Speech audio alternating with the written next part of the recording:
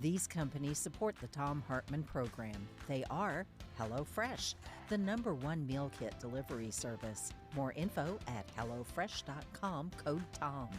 CB Distillery, CBD for sleep and pain relief. More info is available at cbdistillery.com, code TOM.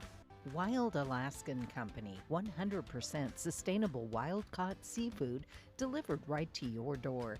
More info at wildalaskancompany.com/Tom. Cozy Earth, better sleep, better you. More info at cozyearth.com, promo code TOM. Dinovite, a whole food supplement for your pet's immune system. More info at dinovite.com. And ExpressVPN, the VPN that just works. More information at expressvpn.com/Tom.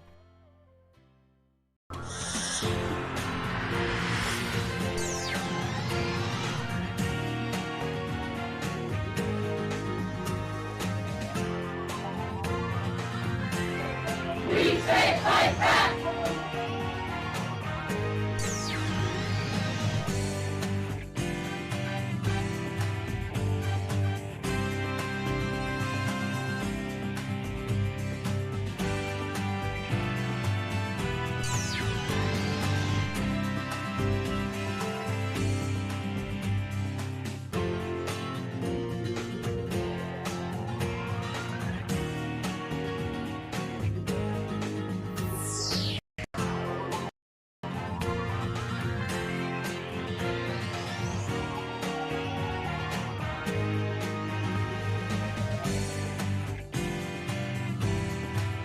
Our book today in the Thom Hartmann Book Club is The Hidden History of Big Brother in America, How the Death of Privacy and the Rise of Surveillance Threaten Us and Our Democracy. This is from the introduction, titled The Big Picture of Social Control versus Democracy.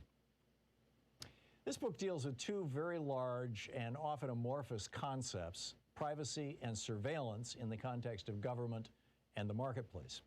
Both concepts have undergone changes over the millennia of recorded human history, and those changes have dramatically sped up and expanded over the past few centuries, starting with the widespread use of the printing press in the mid to the late 15th century, when books and newspapers began to proliferate across Europe, and in the rest of the civilized world by the end of the 17th century, civilized in quotes. The development of radio, television, and the internet in the 20th century heightened the need to define more clearly what both concepts meant and how they applied both to governments, the public sector, and to individual and corporate players, the private sector. The thought police and Big Brother are terms introduced into the popular lexicon by George Orwell in his novel 1984. Big Brother was the overweening, all-powerful government of Orwell's novel, and the thought police were those who managed to burrow so deeply into every citizen's behavior, speech, and even thoughts that they could control or punish behavior based on the slightest deviations from orthodoxy. Orwell was only slightly off the mark. Big Brother types of government and thought police types of social control are now widespread in the world and incompatible with democracy, as I'll show in more detail later in the book. Most concerning for Americans and citizens of other democratic nations, in quote, the mentality of both has heavily infiltrated both American government and corporate sectors, reaching so deeply into the day-to-day details of our lives that the techniques and technologies they use can and do not only control, but predict our behavior. The goals of those who violate privacy and use surveillance is almost always social control and behavior modification. Setting aside pure voyeurism, these are the areas where money is made, power is accumulated, and political or business goals are reached. And whether they are of government or of corporate Big Brother, the goals are largely the same and consistent with those just mentioned. Secrets are now for government and giant corporations to know and hold, but not for average people. And they're used by Big Brother to both acquire and hold power. J. Edgar Hoover had secrets to hide, for example, so he knew well their power. A gay man at the pinnacle of American power for most of his life, the FBI director knew that in many U.S. states, he and his lover, Clyde Tolson, could be prosecuted and sent to prison for their private, consensual behavior. Yet Hoover and Tolson lived together, and their relationship was an open secret among Washington's cognoscenti. I still remember a beautiful summer day in Ireland, Louise and I sitting in the living room of author Anthony Summers and his wife Robin, as they described to us the shocking details of Hoover's life and abuses of power they'd uncovered writing Official and Confidential, The Secret Life of J. Edgar Hoover.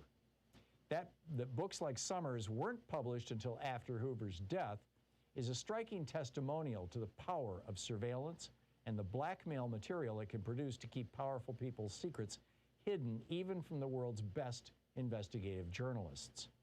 Every politician or reporter of any consequence knew that Hoover had a file on him. They were almost all men back then, and powerful men at that time were far more likely to harbor salacious secrets, ensuring Hoover an unbroken hold over the FBI from its founding in 1935 to his 1977 death. But Hoover didn't use his massive FBI surveillance powers just to cow politicians and reporters. He was also interested in advancing policies close to his heart. A dedicated white supremacist running an FBI where all meaningful power was held in white hands throughout his life, Hoover, or an underling at his behest, famously sent FBI surveillance tapes of Dr. Martin Luther King Jr. having an extramarital affair to the civil rights leader himself, implying that they'd next go to his wife and the public if he didn't commit suicide. Hoover also spent his entire career downplaying the role of Italian organized crime in the United States because, among other things, mafia godfather Santo Trafficante had the goods on his sexual orientation and regularly hosted him and Tolson for gambling junkets. When, in 1961, Attorney General Robert F. Kennedy overruled Hoover and began prosecuting the mob, with the number of cases brought shooting up from dozens annually to over 700 a year in the early 1960s, the mafia backlash eventually destroyed the Kennedy dynasty. There's a more modern story of how surveillance and invasions of privacy have impacted American politics. The rise to the presidency of serial rapist, wannabe fascist, and crooked businessman Donald Trump. The biggest big brother of the corporate world, Facebook, had for years been compiling massive troves of personal data on Americans, even Americans without a Facebook account, as any page with a Facebook logo on it can send your browsing activity back to Facebook. And sometime in the mid-2010s, Cambridge Analytica hired a data scientist to put together an app that could suck down that data without Facebook's knowledge. Cambridge once bragged that they ended up with more than 4,000 data points on each of 230 million Americans. The book, The Hidden History of Brother in America, How the Death of Privacy and the Rise of Surveillance Threaten Us and Our Democracy, by Thom Hartmann.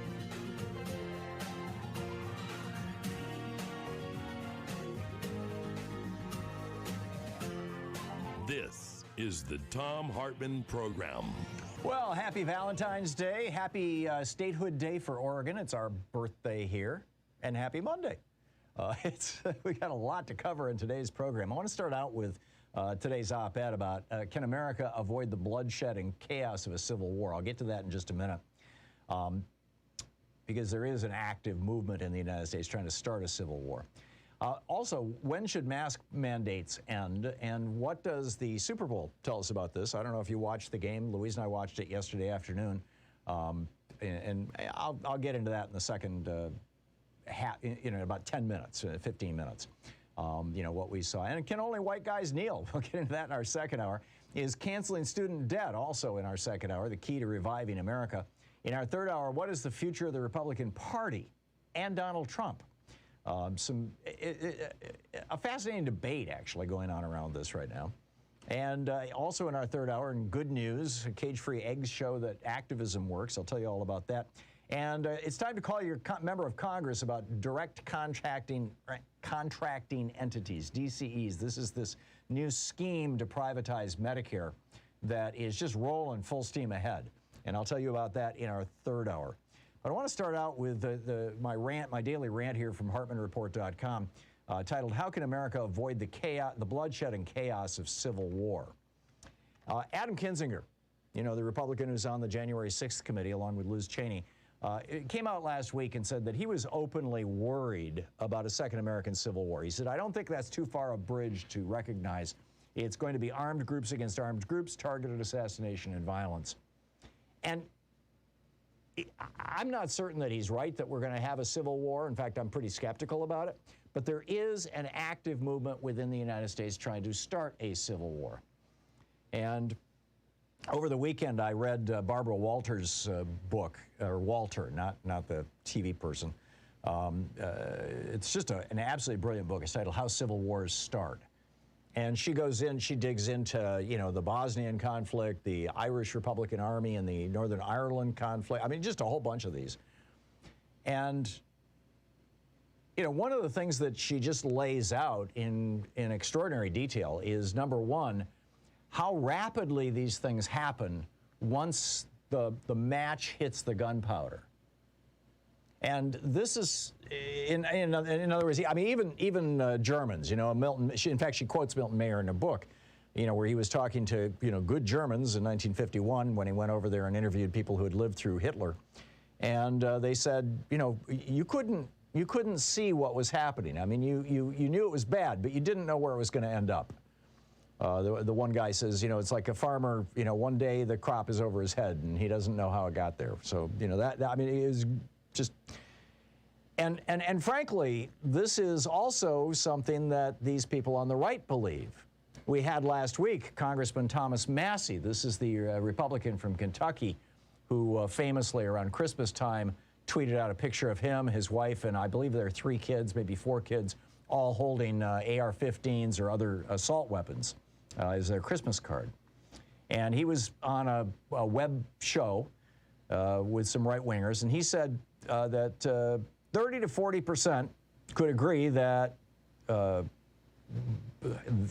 he was referring to the American government, was legitimate tyranny and it needed to be thrown off. They, that would be the people who are going to try to take down the government, need to have sufficient power without asking for extra permission. It should be right there and completely available to them in their living room in order to effect the change. Now, what he's talking about is this phony baloney article that was published in 1974 in the Rifleman, the NRA's magazine, by a teenager who asserted that the reason the founders put the Second Amendment into the Constitution was so that we could rise up and kill off our government should it ever become tyrannical. There is absolutely no evidence for that anywhere, and in fact, if anything, it is exactly the opposite. And the founders during that era were actively putting down insurrections. So no, they're not going to say, hey, let's arm people so they can shoot at us. But Thomas Massie believes that, and the guys who were on the show with him, you know, after he says, hey, you know, people should have weapons, you know, that can take on the U.S. Army, which is what? I mean, he wasn't specific, but like what, tanks? Shoulder-fired surface-to-air missiles to deal with the Black Hawk helicopters? I mean, obviously he's talking about assault weapons. But, you know, one of the kids on the interview with him says, yeah, we need, I'm paraphrasing here, we need chemical, biological, and nuclear weapons too. And he was not joking. Or at least it sure didn't look like he was joking. On my op-ed, there's actually a clip of the video of it. You can check it out. So how do we get here? How do we get to the point where we're actually talking about a civil war?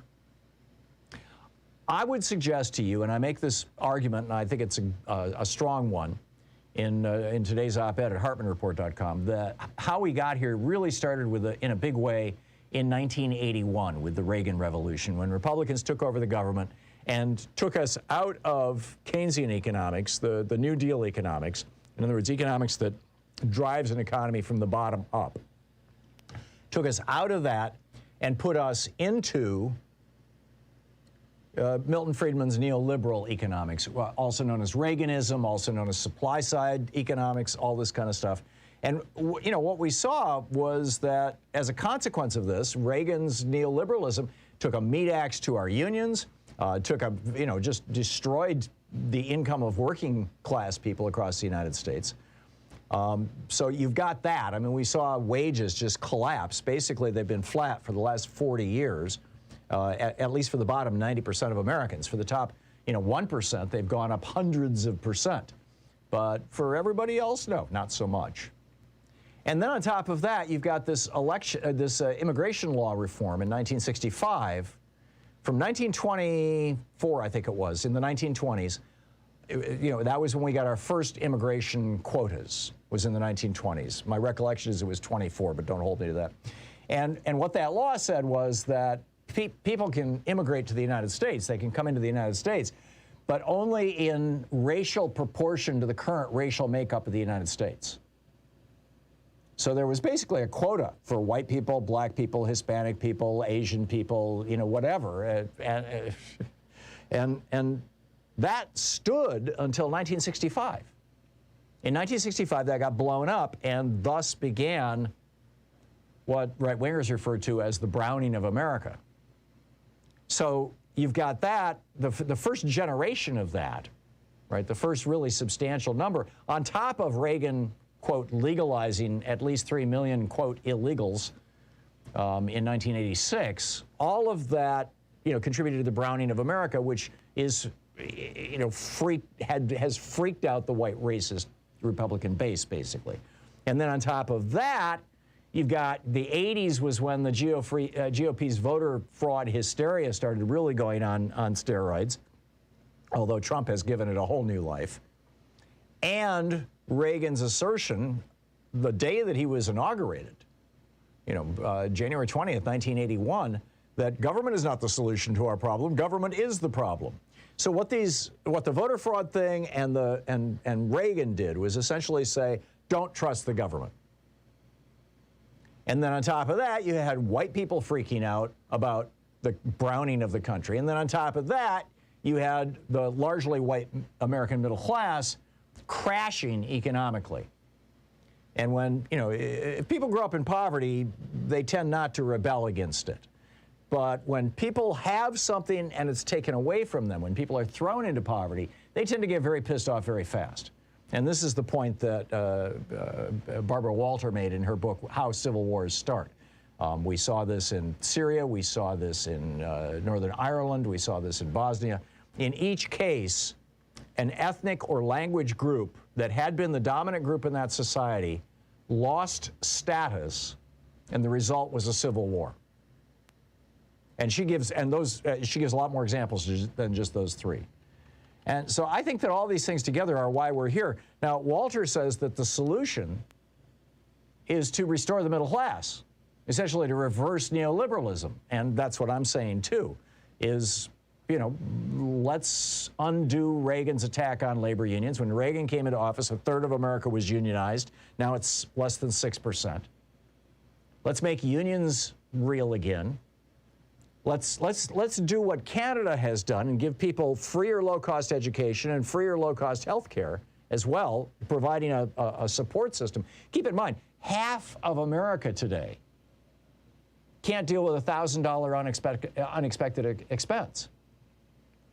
In 2015, when Reagan came into office, 65% of Americans were in the, quote, middle class. In 2015, we dropped below 50% officially.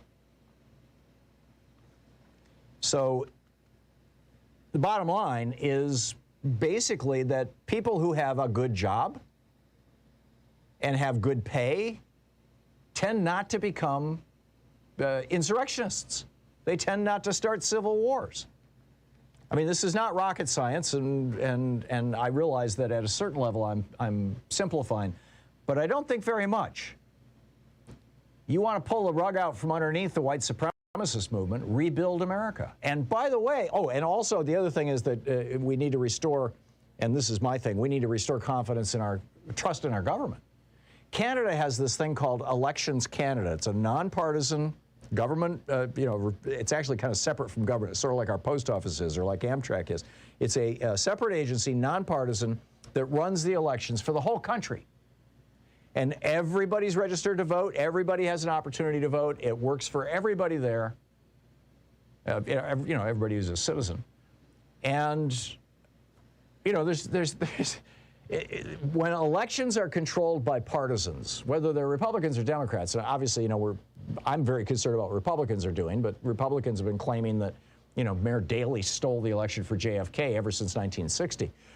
When politicians control elections, trust evaporates. So let's have a national election commission, too. And by the way, the Freedom to Vote Act and the John Lewis Voting Rights Enhancement Act moved us in that direction really substantially. It also put some limits on dark money, which Canada has also done. So I'm basically saying, hey, maybe our slogan can be, if Canada can do it, so can we. We're all in North America. My Canadian here, Sean, is applauding. So anyhow, this is my take on this, and I think that, if we don't do this in the next 2 years before the 2024 election, and the Republicans get into power, they will block all these things. And I think then we are heading toward the possibility of a civil war. So we've got a lot to do, and we got to get around Manchin and Sinema to make it happen, because they're the ones who blew up both of these efforts. This is the Thom Hartmann Program. And the way that we get around them is by electing at least 2 more Democrats to the Senate and, holding the House majority. We'll be right back.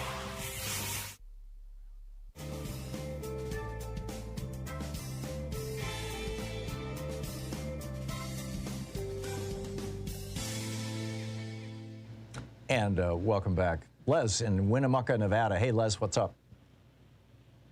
Hey, John Hartman, good to hear from you. Talk to you there. Les, I wanted to say that I one. think this goes Apparently... back. I think this. There he is.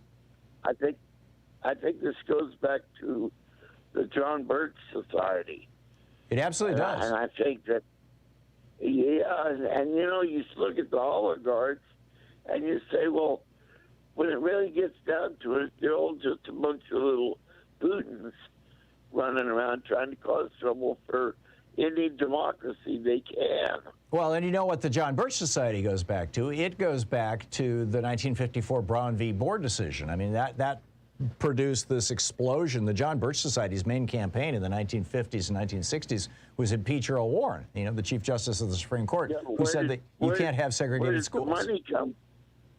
Where did the money come from? It came from money that Charles Koch, made when he put together the oil fields for Stalin. Yeah, that was Fred Koch. That was Charles's father. After World War II. Yeah, you're right, Les. You're right, Les. Excellent point. Thank you very much. Martin in Carborough, North Carolina. Hey, Martin, what's on your mind today? Hi, Tom. Thanks very much for taking my call today. I'll be as fast as I can. Real quick, my friend's telling me to read this book by Robert F. Kennedy Jr., The Real Dr. Fauci. Right. I know you've had Kennedy on before for Stand Up for Democracy in 2006 after the stolen election from George Bush. And then, again, now they're using your article on the Defender page, which is Kennedy's page about anti-vax, and it's the psychopaths in suits are getting away with murder. Now, this got you on here, Thom Hartmann, on the Defender, and I'm curious if you know that they're using your name on the Defender and how you feel about this book he's written about the real Dr. Fauci, if you could review it, and if you could help me figure out how to tell my friend that it's, he says that the pharmaceutical lobbying industry is $300 million, which is twice more than any other lobbyer. And that's what's controlling all the information. And the reason you can't find any information but bad stuff about Kennedy is because it's on Google, and the pharmaceutical industry is controlling it all. And I'm curious what you think. No, I'll tell you very quickly here, Martin. I have read the introduction in one of the chapters of the book. I have a copy of it. And, respectfully, I disagree with Bobby. I think Fauci's a good guy. Basically. Right. With regard to their using my article, Psychopaths in Suits, that's fine. The psychopaths in suits are destroying our country, and the pharmaceutical industry is predatory. I mean, nobody would dispute that. The question is this particular vaccine going to help us avoid death and destruction with COVID? And I believe that that's the case. And I'm not all that, hyped up about Fauci's background and stuff like that. So, I get it. If they want to quote me, that's fine. We're all entitled to our opinions in this country, and it's a fine thing. And I wish Bobby well in his campaign, although I respectfully disagree with it. That's what I would say. We'll be back. It's 22 minutes past the hour. Stick around.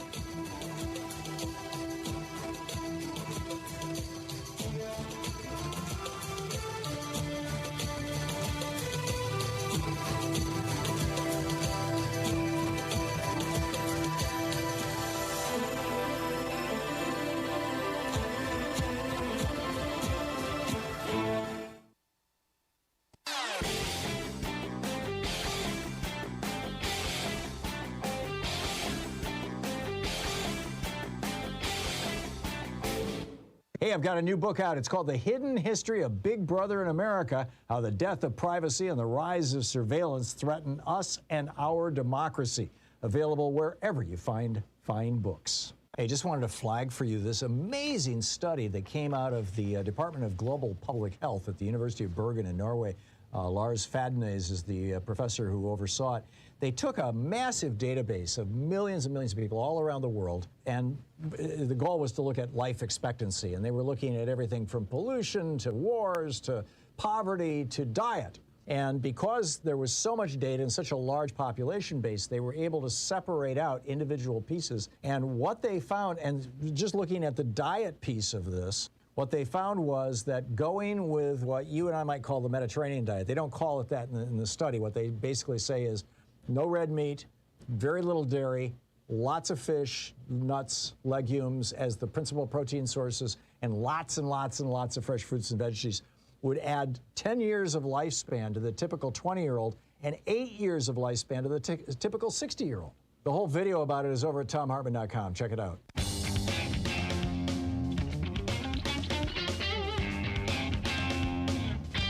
And welcome back. So when should the mask mandates end? This is another topic I want to lay on the table here for you. The Super Bowl, the right-wingers are just going nuts about the Super Bowl. Now, what they're not telling you is that in order to get into the Super Bowl, and it was a hell of a game, wasn't it? I always, unless it's Detroit, I always root for the team that's, that's behind. So I was rooting for the Bengals for a while, and then the Rams, and anyway, I thought it was a great game. And I'm not a big sports fan, but I enjoy watching football from time to time. And in many sports, I mean, golf is the one that puts me to sleep. But anyway, this is what SoFi Stadium was. This was their requirement. This is from Yahoo News, but it's just a summary. Proof of vaccination and mask will be required at the SoFi Stadium in Inglewood. Attendees 2 years old and older must show their vaccination cards or a negative COVID-19 test taken within 24 hours, 48 hours if it's a PCR test. It can't be an over-the-counter test. There's a free testing site in front of the Gilbert Lindsay Plaza across from the LA Convention Center. And vaccination is defined as both doses of a 2-shot regimen or a J&J. They're not requiring boosters. And so, this is what they said. And by the way, California's mask mandate ends tomorrow.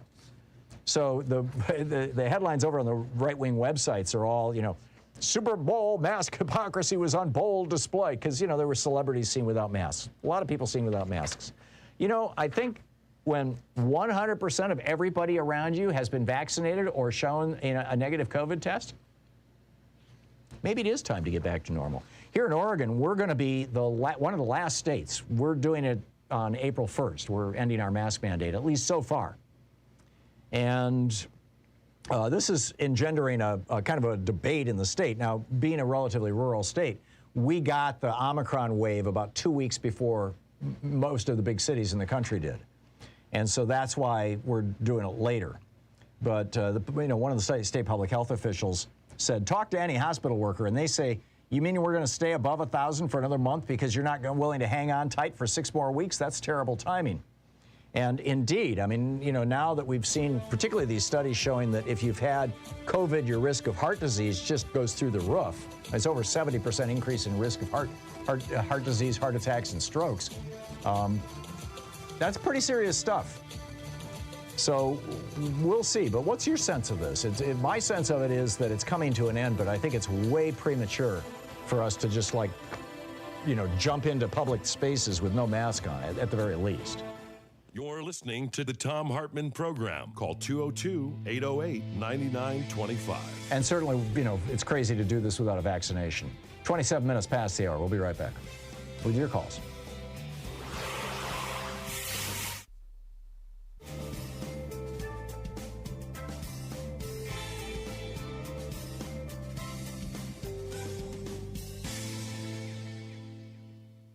Our book today in the Thom Hartmann Book Club is the second, Race and Guns in a Fatally Unequal America by Carol Anderson. This is from the introduction. It was like a snuff film, that July 6th, 2016 live stream. Philando Castile sat in his car, buckled in, bleeding, dying. "Why did you shoot him, sir?" asked his fiancée, Diamond Reynolds, pain piercing her every word. Castile, who had been pulled over in a suburb of St. Paul, Minnesota, because his, quote, wide-set nose, end quote, supposedly resembled that of a robbery suspect, had been reaching for his ID, but in order to avoid any surprises, let the police officer know he had a gun with him, a legally permitted, right-to-carry concealed gun. That was all the cop needed to know. Officer Geronimo Yanez began shooting. Castile's death came just one day after Alton Sterling's down in Louisiana. He, too, was carrying a gun, which was not unusual in this right-to-carry state.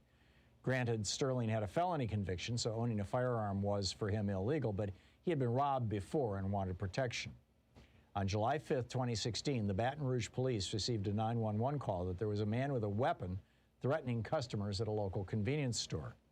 As officers rolled onto the scene, they saw Sterling sitting there, selling CDs and DVDs, just as the store owner allowed him to do and indeed welcomed. The threatening man was not Sterling. In fact, there was no threatening man. It had been a prank call, but that didn't matter.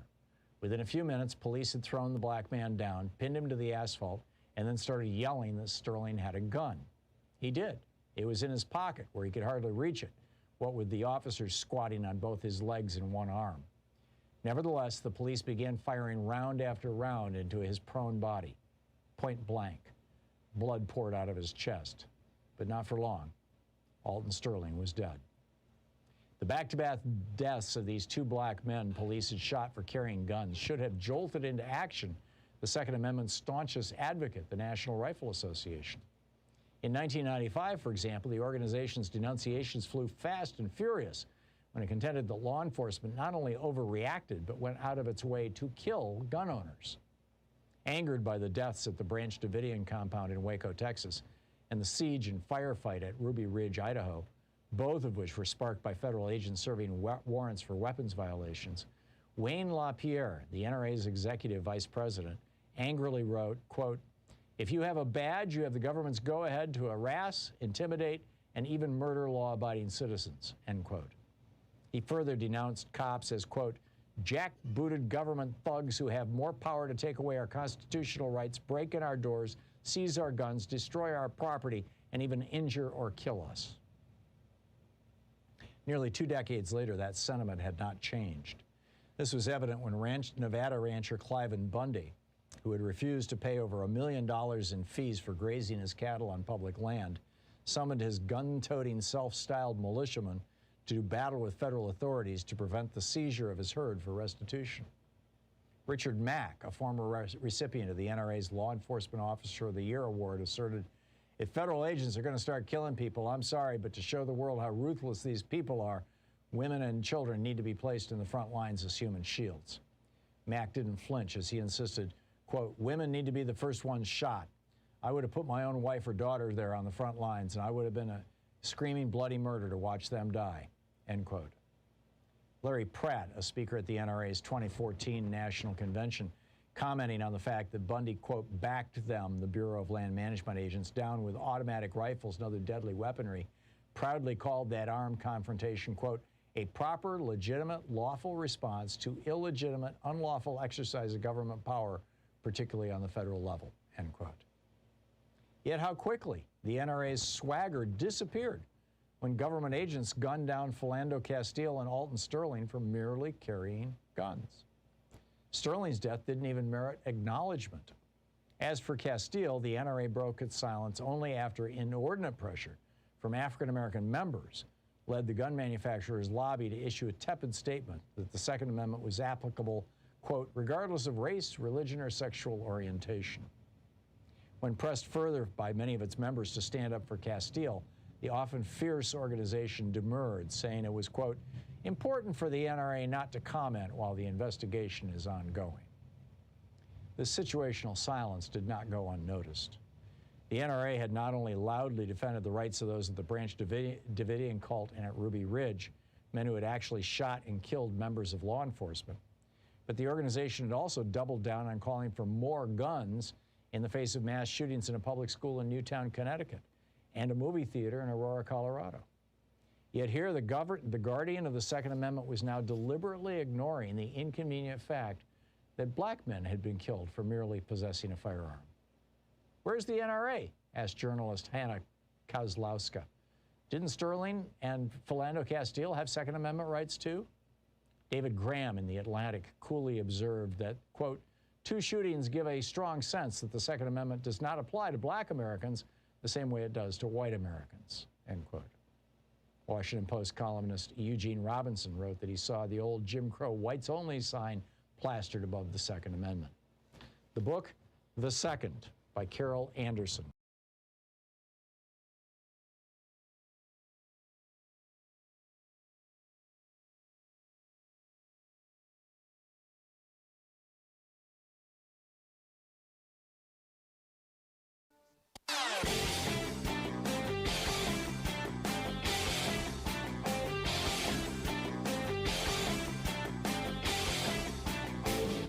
Hey, thanks so much for sharing our program and for reaching out to our stations and sponsors and letting them know that you're listening. It really means a lot to us. Welcome back. 34 minutes past the hour. Thom Hartmann here with you. And, one other thing I wanted to mention, watching the halftime show yesterday, which was amazing. The choreography in particular just blew my mind. I mean, such extraordinary. It was just, and the music was great. But Eminem takes a knee, right? The only white guy on stage takes a knee. And the NFL then comes out and says, yeah, we're cool with that. There's something a little skeezy about this. I get it. All the right-wingers are all going nuts. Oh, my God, somebody took a knee. He's doing homage to Kaepernick. We can't have that. And, I think it's a good gesture, right? But I would have liked to have seen more than just Eminem take a knee. Anyway, that's my rant. What say you? Let's pick up your phone calls here. Tyrone in Harlem, New York. Hey, Tyrone, what's up? Hey, how you doing, Tom? Good. It's very conflicting to me, the fact that seems like the media lets us know what we need to be angry or not to be angry over. Yeah, I guess. And it seems so prevalent that, like you said, take a knee. Is that something that we need to be angry about? We're going to see how many people, how this polls, how this raise our ratings. So that's what we'll go with. Yeah. But I was wondering about the fact that this browning of America is going to continue to happen. And if this is what's upsetting the people that feel like they should be in power, should have more power over other people, that's not going to stop. So are we, prolonging the inevitable, this major conflict that is, eventually is going to come to head because they're not going to give up and we're not going to give up. So to see this, us going down this path and, the fact that they've taken rights away and, my right, my body, except for if you're a woman, this whole dynamic that they put in so to work towards their benefit. Right. And we're seeing this. There's a nuance. There's a nuance to this, to what's going on here, Tyrone, and to Barbara Walter apostrophe S. Book, how civil wars start. And she talks about, I think probably the best example was Bosnia. But, what she points out is that it takes two things. It takes, number one, a majority, an ethnic majority, whether it's a racial majority or a language majority, which was the case in former Czechoslovakia, although they considered themselves racially different, the Serbs, the Croats, and the whatever, the Bosnians. But not only does that majority have to slip below being a majority, but at the same time, they have to lose economically. When you have both of those things, then you have a civil war. If the majority slips below, is no longer the majority, but they're doing fine economically, you don't have a civil war. And that's why I'm combining the browning of America with the incredible damage that 40 years of Reaganism has done to the middle class generally, but specifically in this case to the white middle class, So you've got, all these white middle-class guys who did have good jobs in factories where one guy going to work could could pay for his whole family and pay the mortgage and everything. It took one worker basically in 1980 to support a family. Now it takes two to maintain that same lifestyle because wages haven't gone up. Household income has gone up. It's almost doubled since 1980, but the number of people working has gone from 1.3 to 2.2, I think it is, maybe 2.1 in that same period of time. So, basically what we're seeing is this economic erosion. The economic erosion creates the rage, and then the right-wingers come along and say, well, who you should really be pissed off at. You shouldn't be pissed off at the billionaires and at Reagan for doing this. You should be pissed off at those black people who are taking your job. And, we've heard this song, right, from the Republicans since the 50s, really, in a big way. But, or from conservatives, let's say, because there were no shortage of Dixiecrats back in the day saying the same thing. But what I'm saying is that if we could restore the middle class for everybody this time, because it was largely a white phenomena before, if we could restore the middle class, if we could make America safer to live in. I mean, half of Americans are in like crisis level trouble if they hit $1,000 expense, if they get in a car accident or if they get a medical bill or, and pretty much anything. That should not be. And that is not the case in any other developed democracy in the world. And so you combine these two things, economic insecurity with a loss of status or a loss of majority, and yeah, you've got an explosion. If you just have the loss of majority, then you've got a culture and a country that's just going through a transition. And that's an okay thing. So I think that's the point. Tyrone, I gotta move on, but thanks for the call. It's a thought-provoking question. What do we do? And thank you very much. Bob in Woodstock, New Jersey. Hey, Bob, what's up? Oh, yes, Woodstock, New York, by the way. Oh, New York. I'm sorry. Okay, thank you. That's fine. I'll fix it. Yeah, so, Tom, what do you think about the idea that Trump was actually threatening a call to civil war, when he said that, if the proceedings go against him in Atlanta, in New York? And also, beyond that, do you think that the department or the DOJ is actually intimidated by that possibility? I know it might seem a little far-fetched, but... Yeah, no, there's a lot of people speculating that we have not seen a lot of activity out of the DOJ because they're afraid of Trump. I don't think that's the case. I think they are slowly and carefully building a case, and I think that they're going to come after Trump. But, we'll see. I mean, time will tell. But the whole issue of Trump, calling for a civil war, Trump has... And I mean, think back to 2015. What was Donald Trump saying in the 2015 primaries when he was on the stage with all these Republicans? He was saying, they're going to give more tax breaks to billionaires. I'm going to give you a tax break. They're going to ship your jobs overseas. I'm going to bring the jobs back. They're going to fight against you being unionized. I'm going to fight for you being unionized. He was doing a Bernie Sanders in 2015, and it allowed him to just mop the floor with people like Jeb Bush and little Marco, and because he was giving voice to that what was middle class and is now working poor white worker across America. And he's still giving voice to those folks. And like I said, the way to take away that voice is to take away the grievance, which is to restore the middle class in America. I think you're right. And I think Trump is the voice of the insurrectionists. He is the voice of these people who want to do this. And it's not a good or healthy thing, frankly. It's a very dangerous thing. Bob, thanks for the call. Dave in Federal Way, Washington. Hey, Dave, what's up? Hey, not too much, Tom. Look, on this topic of a civil war, I don't think anyone can deny it. We're in an epistemic crisis, all right? We have two different groups of Americans that see facts differently. Yeah. That's a problem. That's a problem. And that's the problem with the Gerasimov doctrine.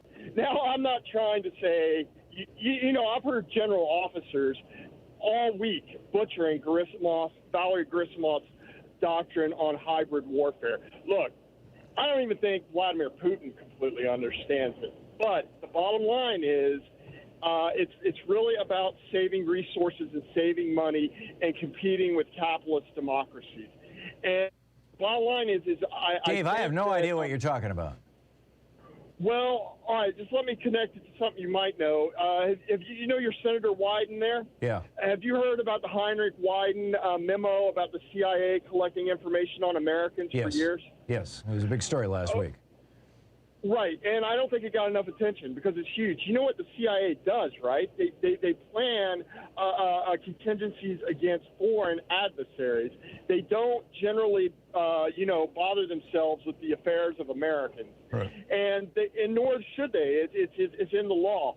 And the bottom line is there is a possibility they are collecting this information in order to find out exactly how deep this schism is in America and if it can be exploited by a foreign adversary. Right. And that would make sense, and it would make sense too that they're buying that information from private actors. But your point about warfare, about hybrid warfare, I mean, this was Kinzinger's point that if we have a civil war in America, it is not going to be people in rural areas marching into the city. It's not going to be a regional war. It's going to be more, you've got armed white right-wing groups who are going to try to provoke confrontations with mostly people of color because that's their thing. Is the white racists? They're trying to create a race war. Tim McVeigh thought he was going to start a war that he thought was going to become a race war. I mean, this is the Turner Diaries, right? The Bible of the literally. I mean, the FBI calls it the Bible of this new right movement. So that's what I see happening, Dave. And if we don't fix this, I mean, right now we've got this red hot thing going on, which is a collapsing middle class. Now, Biden has actually, in the last year or so, there's about $1 trillion more in the pockets of average Americans than there were 2 years ago. So Biden is starting to pull us out of this. But Build Back Better and reforming voting rights would have really pulled us out of it. You're listening to Thom Hartmann. Visit ThomHartmann.com for audio and video archives. Sadly, the right-wing billionaires got to 2 of our Democratic senators. We need more. We'll be back.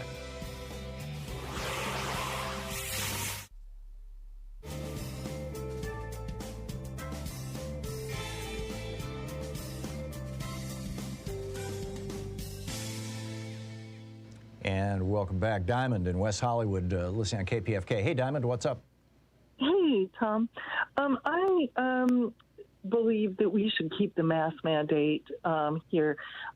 Actually, little correction. When you mentioned, not really correction, but when you mentioned that California is foregoing their mask mandate as of tomorrow, LA County and the city of Los Angeles is keeping the mandate for a month or 2 more. Oh, really? I believe it's 2 months.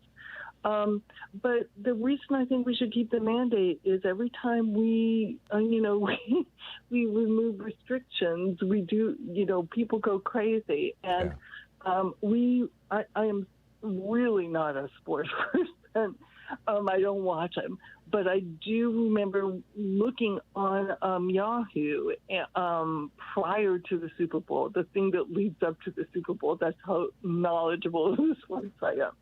And they blamed Governor Gavin Newsom, who I'm kind of about, for taking off his mask. However, what the mainstream media failed to really go, they gave a cursory notice to this, is that a majority of the sports audience was maskless. And so right now, a couple of weeks from now, we might have a super spreader as a result of all these. It'll be interesting to see, Diamond, because this time all those people were vaccinated. So I think that's, interrupting it pretty badly. But I don't know if you've ever traveled in Asia, but I used to do business in Japan and Taiwan and have spent a fair amount of time in both those countries. And what always amazed me, and this was back in the 80s, was that during flu season, you'd see 10% of the people on the trains and subways and stuff wearing masks, wearing surgical masks. It was just, and what it is if you get a cold, if you have a runny nose, if you have, any symptoms of what might be flu or a cold, you put a mask on as a sign of, I'm protecting you from me, if you have to go out. And that's like become a cultural norm across these Asian countries, or several of these Asian countries. And I'm wondering if that's going to happen here. What do you think? Well, I used to frequent, before the pandemic, my local library. There were a lot of homeless people there, and I used to feed homeless people, and I got colds prior to the pandemic all the time, bad colds. I have not had a cold since the pandemic because knock wood, because I've been consistently wearing masks. Yeah, I've had one cold in 2 years now, and it was from my grandson. It was just a little, it wasn't some terrible thing. It was just a cold. Louise got one too, and that's what happens when you're around 3-year-olds. But I'm with you, and I'm thinking that there may be the leftover of this, and of course we're also, COVID is not going away. It's the threat of it is under control because, in my opinion, because of vaccinations. But I'm wondering what kind of permanent cultural behavioral changes we're going to see as a result of this. I don't know the answer to the question, but I'm guessing that we might, a year, 2 years, 5 years down the road, we might be more like Japan and Taiwan, where you see people wearing masks during flu season because they're not feeling well and they're trying to protect other people. I just don't know. Diamond, I got to run. Thanks for the call. It is coming up on 10 minutes before the hour. I'll be back with you in 60 seconds.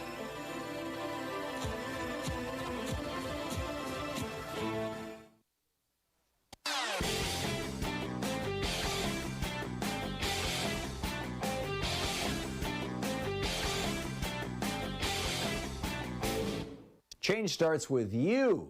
You can be calling your Democratic or Republican representatives to let them know what you think by calling 202-224-3121. It's the Capitol switchboard. It'll get you right through to them. So you remember the administration originally said that we're going to give 4 free COVID tests to every household in America. And you can do that, get them delivered by the post office for free by going to covidtests.gov, covidtests.gov. But they said that they're not going to provide free test kits to people on Medicare. Instead, you have to go to covidtest.gov and get your 4 free test kits. Well, they have rethought this. This is a brand new policy. And this will be the first time that Medicare covers free over-the-counter tests of any kind for people who are, or offers free over-the-counter tests for anybody who's on Medicare. The pharmacy, Medicare pays the pharmacy direct, and you pick it up from your pharmacy. So just an FYI on that, and there are a few other dimensions that have to do with TRICARE and a few other things. We've got a video about it that's over at thomhartmann.com that you can check out.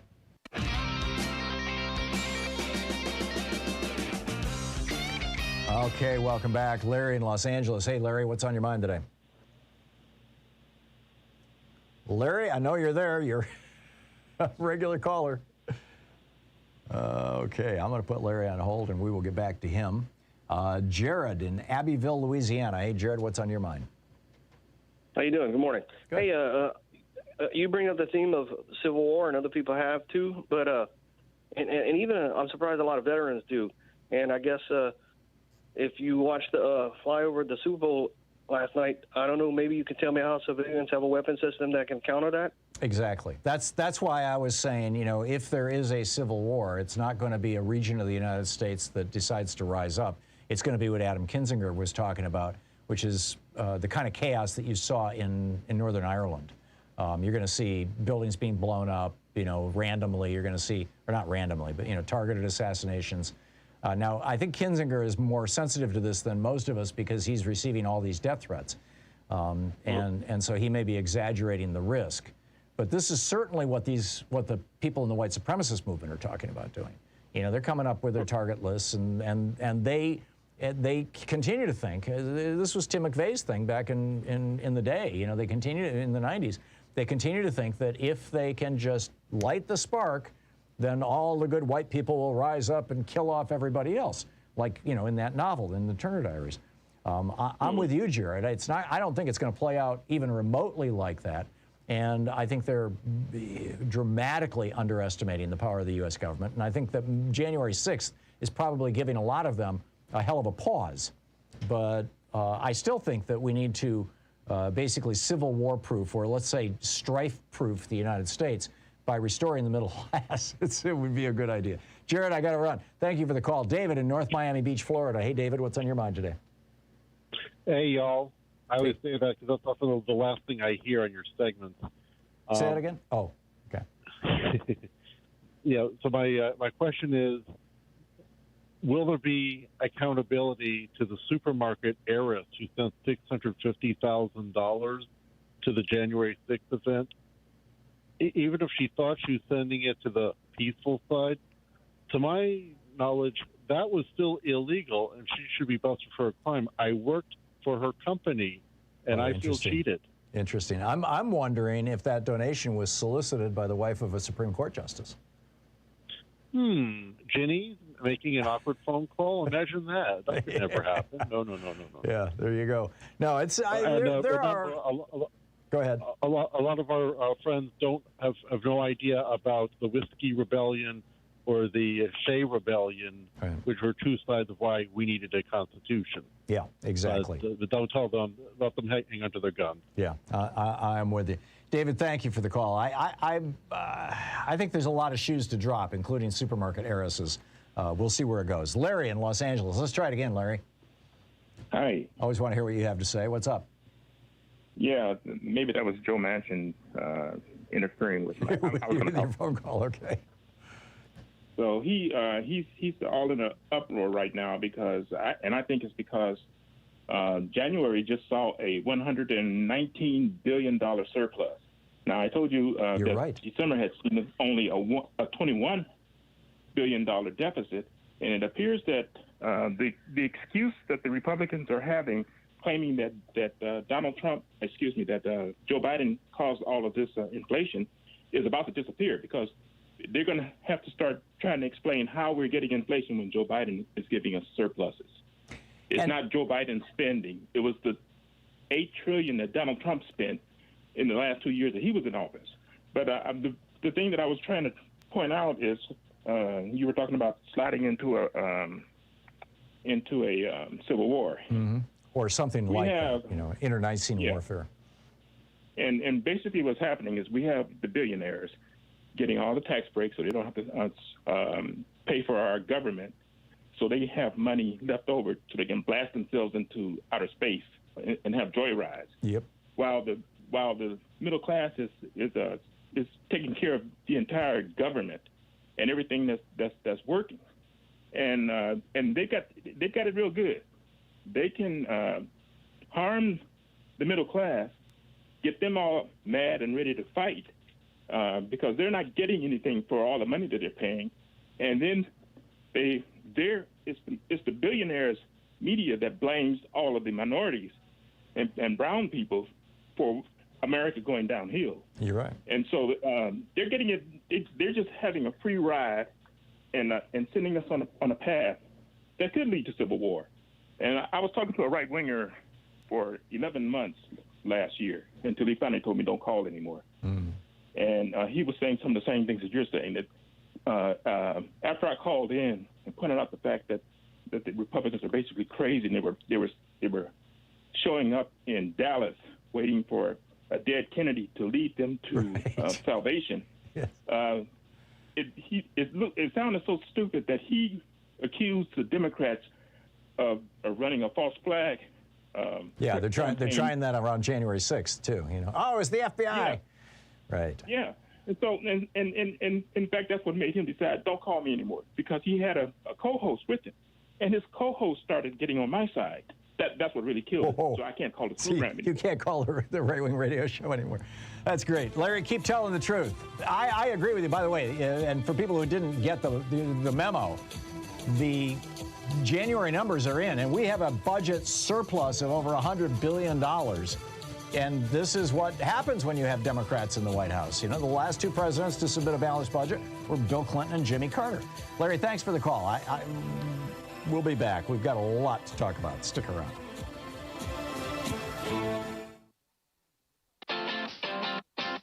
You're listening to Thom Hartmann.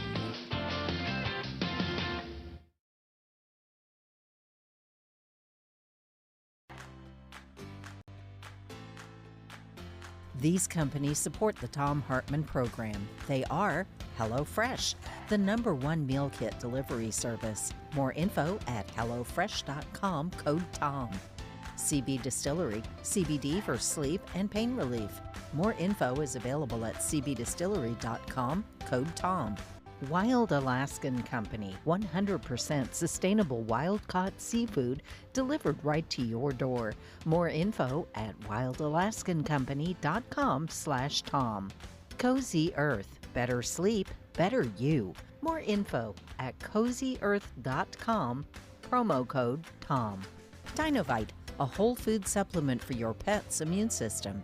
More info at dinovite.com. And ExpressVPN, the VPN that just works.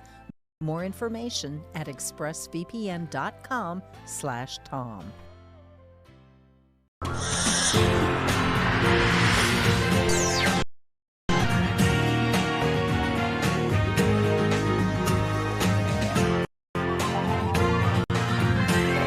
We say fight back!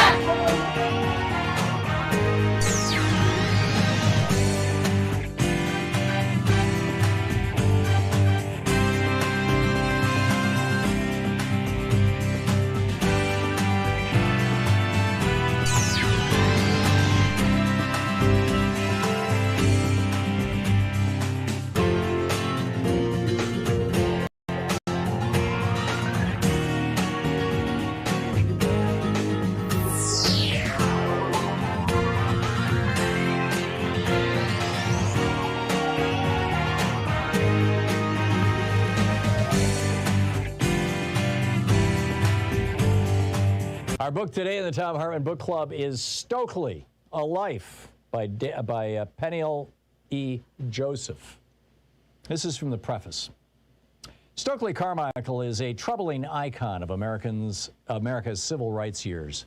His Black Power call became a national Rorschach test. Whereas many blacks viewed it as righteous, many whites saw violent foreboding.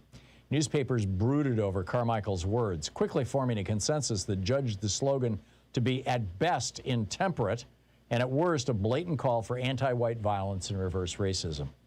In 1966, Black Power reverberated around the world, galvanizing blacks, outraging whites, and inspiring a cross-section of ethnic and racial minorities.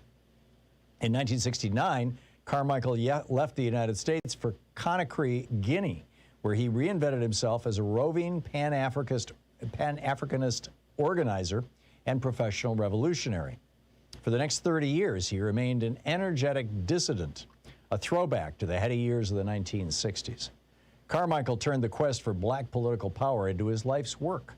His faith in a style of politics many considered anachronistic came out of the same tenacity and stubbornness that once made him one of the most effective and controversial activists of his generation. These same qualities, however, limited Carmichael's efforts as a Pan-Africanist political mobilizer. Before leaving America, Stokely resigned as Black Power's glamorous enfant terrible. Telegenic, brash, equal parts angry and gregarious. Whether dressed in three-piece suits, leather jackets, sharecroppers' overhauls, or African dashikis, Carmichael became to represent the era's multifaceted identity, a hipster hero whose easy grace allowed him to consort effortlessly with both the dignified and the damned. The name Stokely Carmichael first came into my consciousness when I was a young boy coming of age in New York City. As the proud son of a Haitian mother who belonged to local 1199 Hospital Workers Union, part of SEIU, I grew up hearing stories of how civil rights activists, Black Power revolutionaries, Pan-Africanist freedom fighters, and trade unionists helped to shape a new world in America and beyond. By the time I was in elementary school, I was on my first picket line, accompanying my mother in support of an 1199 strike. Both Malcolm X and Martin Luther King supported 1199 during the 1960s. Stokely Carmichael's political importance came into sharper focus when I was in junior high after the premiere of the landmark PBS documentary series Eyes on the Prize, which featured the 24-year-old Carmichael's fiery Black Power speech and rightly characterized Stokely as his generation's heir to Malcolm X. Over the course of a decade of research on Carmichael, I would come to understand him as that and much more. Carmichael's youth, casual dress, and charisma made him an easily identifiable hero, one whose quick smile and passionate speeches left an indelible impression. An adopted son of the South by way of Trinidad, the Bronx, and Harlem, Stokely adapted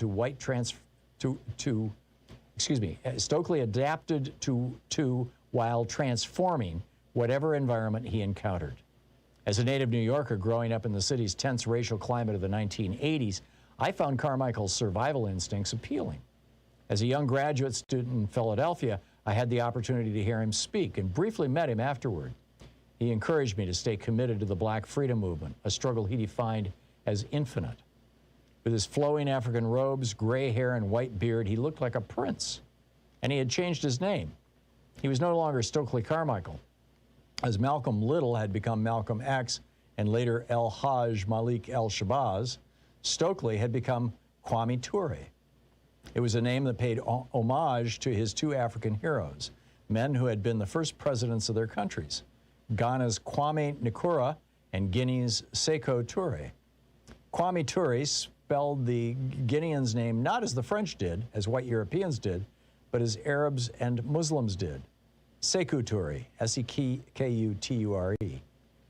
As a college student, Carmichael helped transform America by organizing sit-ins, demonstrations, and voter registrations during the Civil Rights Movement's heroic years, a period that roughly encompasses the decade between the 1954 Brown v. Board Supreme Court decision, desegregation decision, and the 1965 Voting Rights Act, and has become enshrined in public memory through national holidays, films, commemorations, and monuments. Carmichael's deep sense of justice contributed to his evolution into Kwame Ture, the Pan-Africanist revolutionary and anti-capitalist organizer who moved to West Africa and remained tenacious in the face of searing political setbacks.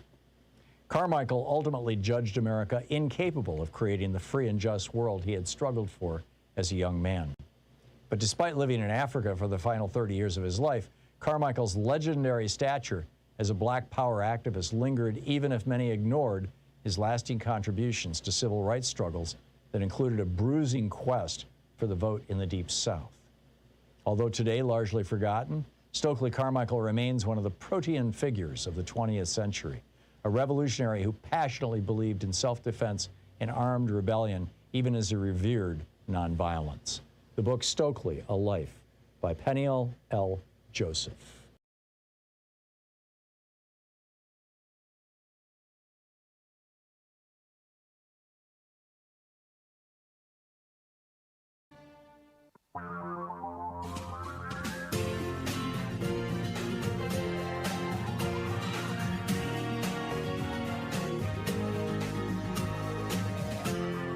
This is the Thom Hartmann Program.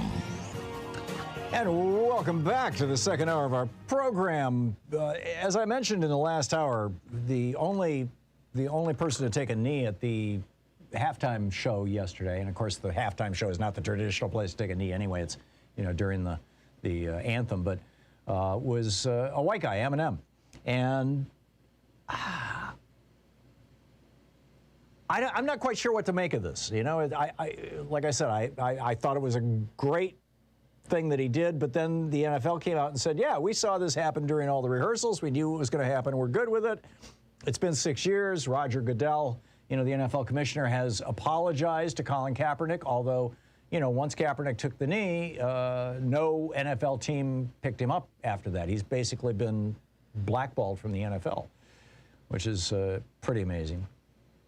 But I just, would raise the question, can only white guys kneel? And I guess I'll leave it at that. Like I said, I have a whole bunch of mixed feelings about this. And, I think it's a good topic for conversation. We can talk about it. The bigger issue, I think, is the one that just kind of blew my mind yesterday when I saw this on Twitter. I did not know who SoFi was. I'll just confess right up front. SoFi, I knew it was a bank of some kind or a finance company, but that's all I knew. And then I saw this tweet from Bernie Sanders yesterday during the game, because I was multitasking, as I am wont to do. And Bernie tweeted out, "So how does it happen that SoFi, a student loan refinancing company, could spend $625 million to put its name on the LA Rams football stadium when 45 million Americans are drowning in $1.8 trillion in student debt? Today would be a good day for the president to cancel student debt." Now, I realize that, you know, there's a lot of other stuff going on in the world. You've got Ukraine on the brink. In fact, there's widespread speculation that Wednesday's kind of the do or die for Russia to decide whether they're going to invade or not, or for some conflict in the eastern part, the Donbass region, to just spread and provide that pretext. Nobody knows. Donald Trump apparently this morning was praising President Putin and trashing President Biden in the context of this. It's which has got me scratching my head. So, you know, you might say, well, you know, student debt, this is not the crisis issue. I think it is. You know, certainly it's not as big a deal as the possibility of a nuclear war. But student debt is one of the, you know, and my rant from the previous hour was, you know, give us back our middle class. Well, before Reagan, a big piece of being American in the United States, you know, growing up in the United States, was that you could go to college if you just worked a summer job. You could pay for your tuition with a summer job or with a part-time job. My mom did that. I did that. She graduated. I didn't. But, you know, it's like, student debt was not a thing. I've said this a million times. I'll say it one more time. You know, when I was going to school when I was going to college in 1960, well, in the late 1960s, I knew one person who had student debt, and he was working on his master's degree, and he's still a friend. We still correspond. But I didn't know anybody who had student debt. I mean, it wasn't a thing. There was no SoFi. There weren't, you know, multi-million-dollar companies. So here's this company that was able to scrape $625 million off the top from all the profits they're making on 45 million people having student debt, something that pretty much literally does not exist, or at least not at this level of crippling people in their lives and crippling an economy, does not exist in any other developed country in the world. There are hundreds of thousands of American students studying in Europe right now. There's like 7,000 of them in Germany because tuition is free. In some of these countries, not only is tuition free, but they pay you a stipend, a couple $100 a month for room and board and books. Not so in the United States. Now, when it was that way in the United States, you know, before Reagan became governor of California, the University of California system was entirely free, or largely free. I mean, there were a few fees there, but. And it built America. That was the 70s, and this is how we put men on the moon. This is how we invented Velcro. This is how we invented the transistor and the integrated circuit and the internet and all of these things. I mean, this extraordinary boom that came out of the GI Bill in the 1940s, 50s, and 60s, and just, you know, low tuition. About 80% of the cost of going to college was covered by government in one way or another, by state or federal governments. And then, of course, you had I believe it's 56, I may be wrong on the number, but you had, you know, more than 50 land-grant colleges that Abraham Lincoln started by giving large chunks of land to universities and saying, or to start universities. This is how Michigan State University got started. Lincoln said, here's a bunch of land. Take this land and work it or sell it or do whatever you want. Make an endowment for your college so that you can offer free or very, very low-cost tuition to your students. And they did. According to data from the Department of Education, just canceling $50,000, which now this is the SoFi loans, Biden can't cancel because they're private. But government loans, he can cancel. And that's about half of the student debt burden in the United States. Canceling $50,000 worth of student debt for all of the people who have government loans would wipe clean the debt burdens of 36 million Americans and allow them to start families, buy homes, start businesses, take risks, become entrepreneurs, put the economy back together. As Nina Turner tweeted out, and the Debt Collective, doubled down on, she said, student loan providers should not have $625 million sitting around to buy naming rights to a stadium. It's immoral. And the Debt Collective, when they tweeted, they said, remember, your debt is someone else's profit. And that is so very much the case here. Now, let me just add another weird little twist to that, because as you know, the student loan debt was brought to you courtesy of conservatives, largely in the Republican Party back in the day, and this was Reagan's thing. In fact, when he was asked after he ended free college in California as governor, he was asked why, and he said, I don't want to subsidize intellectual curiosity, and he called the students brats. And in fact, he said, if we need to have bloodshed, let it be, or something like, words to that effect. You could easily find the quote 4 days before the Kent State Massacre. That was Ronald Reagan. So those guys kneecapped our students. They also kneecapped our seniors. This is fascinating, right? Reagan in 1984, the Reagan administration, it came out of a commission. It was Alan Greenspan and Daniel Patrick Moynihan, who was a Democrat. Moynihan was a Democrat. Their commandment was figure out how to make Social Security stable, because the baby boomers are going to start retiring in 20 years, and it's going to be expensive. And so what they did was they doubled the Social Security tax, the tax that you and I pay into Social Security. But one of the other things that they did was they added a tax to Social Security. Now, prior to 1984, if you were retired, if you were over 65 and you were on Social Security, and there's a whole bunch of exceptions to that, you can get it as early as 62, quack. But basically, if you were retired and you were living on Social Security, you did not pay income taxes on that money. And Reagan said, no, we got, he went after tips. He went after Social Security payments. I mean, this was one of the 11 times that Reagan raised taxes on working class people. So I get this email from FreedomWorks, right, the right-wing group. And this is hysterical. Just listen, keep in mind, Reagan raised the tax on Social Security, put the income tax on Social Security. Dear Thomas, few things infuriate me more than seeing career politicians pick the pockets of hardworking Americans, and that's doubly true for our senior citizens. And one of the most egregious examples of the greed of big government politicians is the double tax on Social Security benefits, which forces senior citizens to pay even more of their fixed income to the IRS. That's why FreedomWorks is helping to lead the charge to pass the Senior Citizens Tax Elimination Act, H.R. 6590, a bill introduced by Representative Thomas Massey. Now, that's the guy who did the Christmas picture of him and his family with the AR-15s. That's the guy who, in the previous hour, I pointed out, said that Americans should have enough weaponry in their house that they can take on the U.S. government. So, anyhow, he is proposing to end Reagan's tax on Social Security.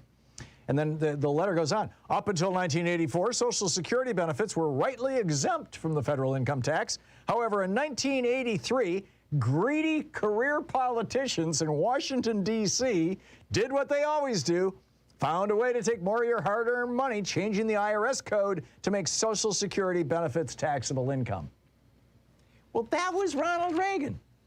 Then they go on to say, America's seniors earned their Social Security benefits through hard work, and they deserve to see their benefits increase through the immediate repeal of the federal government's tax on Social Security. I agree. But isn't it amazing? The levels of cynicism, just absolute cynicism, that these right-wingers who will, sing the praises of Reagan all day long and then say those evil career politicians back in 1983 or 84 changed the Internal Revenue Code so that you have to pay income taxes on Social Security. Well, yeah, that was the Reagan administration. That's who it was. And the Republicans were running the show. This is the Thom Hartmann Program. So we got a lot on the table here. I got to tell you about John Durham's new thing here, and then I'll pick up your phone calls on the other side of this break. Stick around.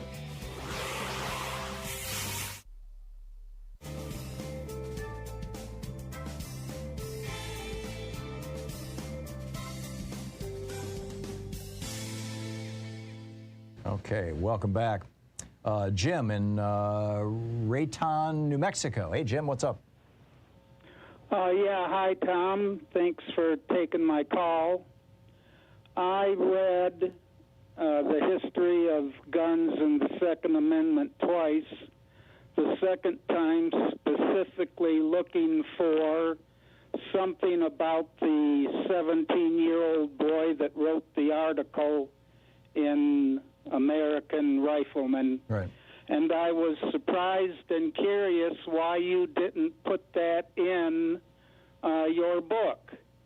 That is a myth that has become accepted as fact by a large portion It of is in the book. country. There is a reference to it in the book, I'm quite sure. What I couldn't find when I was writing the book was the actual online copy of a 1974 edition of the Rifleman. I couldn't find it. What I did find were several articles that referenced it, and one of those is endnoted in the book. I'm pretty sure. Should be in there. Well, like I said, I read it twice and couldn't find it. Well, it's possible, you know, it's find anything. Yeah, I don't know, Jim, but I'd have to go back and look at my own book. I'm sorry. But thanks for reading the book, and you're right. This has absolutely taken over as the mythology on the right, and I think it's a very, very dangerous thing. Jim, thank you for the call. Michael in Los Angeles. Hey, Michael, what's up? Hey, thanks for taking my call. Sure. Just real quick, as far as like the mask mandates with regards to the Super Bowl yesterday, which by the way, halftime show was really cool. If you're from LA, you love that halftime show. Anyway, I digress. I just think that personally, it is time to lift the mask mandates, just kind of based off what we saw yesterday. I mean, it clearly. I think everybody being there, I mean, the whole stadium was unmasked. I mean, I understand, you know, most of the people there are. But there was a vaccine mandate there, Michael. But I understand that, but it's That's not the like wild the card. vaccine. I mean, there is a website here in Portland that lists. Well, actually, they're starting to do it on Open Table now. If you want to make a reservation for a restaurant, there's a little click box for vaccine requirement. There are restaurants. There's more than 20 restaurants in Portland right now that are taking reservations, and you can go have a really nice dinner, but you've got to prove that you're vaccinated. If we're talking about that, I'm A-okay with it. Well, I mean, even with like regards to things like restaurants, like here in Los Angeles, like, you know, you have to be vaccinated to eat inside the restaurant. But it's like the people who are eating in the restaurant don't have to wear a mask, but the people who are, waiting on your table do. And it just seems like the rules are kind of Swiss cheese a little bit. It just it's because you can't eat through a mask. I mean, that's just a simple and practical reality. But the spread of COVID is something that can happen with or without the vaccine. The vaccine literally just keeps you from, going to the hospital or dying. No, not true. The vaccine also prevents you from getting the disease in many cases. Breakthrough infections are real, but most people who are fully vaccinated and boosted, if they're exposed to COVID, they don't come down with it. Well, I mean, most of the people I know who've been vaccinated, I mean, I'm triple vaccinated. I haven't gotten it yet by some miracle, but you're proving my point, Michael. So I'm saying, I'm okay with ending the mask mandate if we're going to have a vaccine mandate. But if we're not going to have a vaccine mandate, then I think it's premature. Michael, I got to run, but thanks for the call. We'll be right back 21 minutes past the hour here on the Thom Hartmann Program. I'll be back with you in 60 seconds.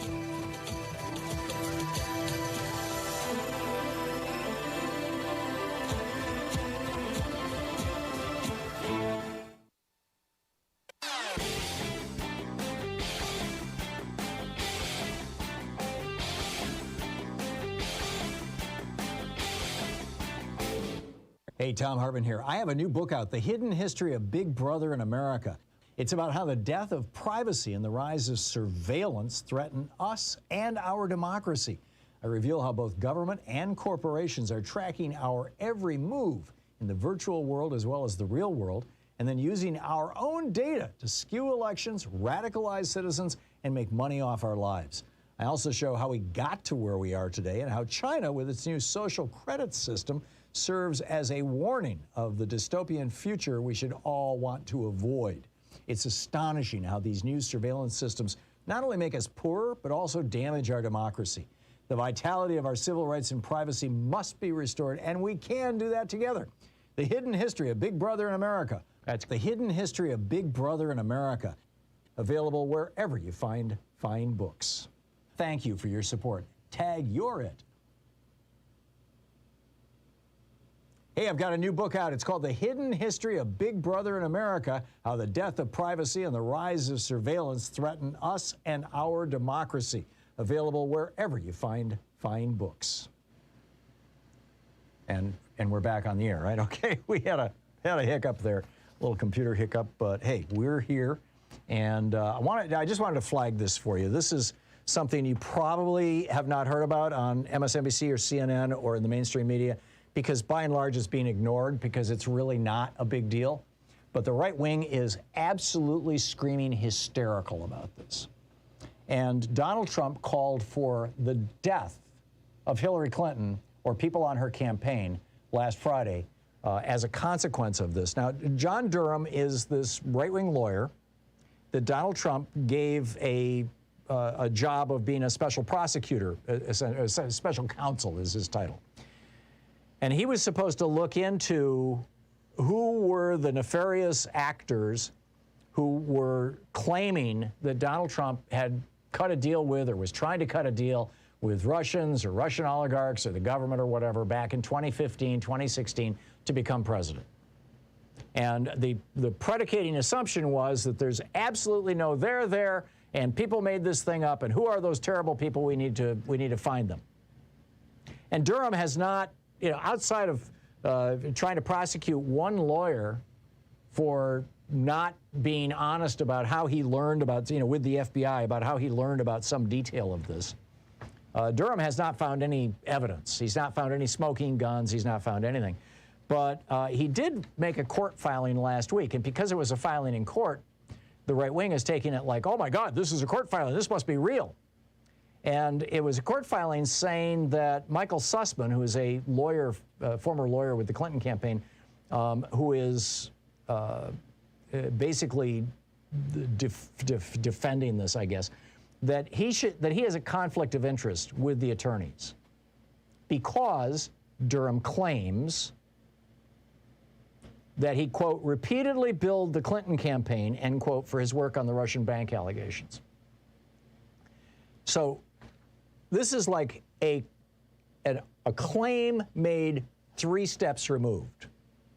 Durham is saying that this lawyer billed the Clintons, and that is proof that somebody was spying on Donald Trump, and that the people who were spying on Donald Trump were being paid for by the Clinton campaign. Now, it may be true, but Durham doesn't offer evidence of that. He simply makes that claim. But the right wing has just gone nuts with this. And by the way, if it is true, hey, that's politics. You can hire anybody you want to try to snoop on anybody else. It becomes illegal when their snooping becomes illegal. And again, we've seen no evidence of that either. But Donald Trump, like I said, is calling for the death penalty for Hillary Clinton and people on her campaign, which is just like, this is the kind of rhetoric that tears countries apart.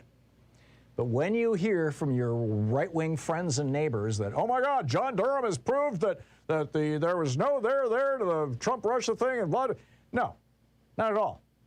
All he's saying is that one of Clinton's lawyers billed the Clinton campaign for investigating the link between Trump and Russia. Well, duh.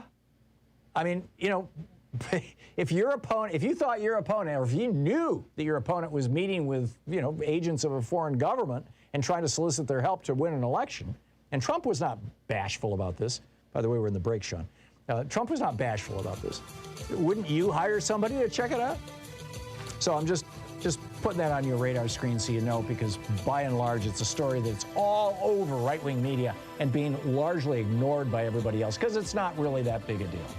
We'll be back with your calls. You're listening to the Thom Hartmann Program. Call 202-808-9925. I'll pick up your calls on the other side of this break. It's 27 minutes past the hour here on the Thom Hartmann Program, the place where despair is not an option.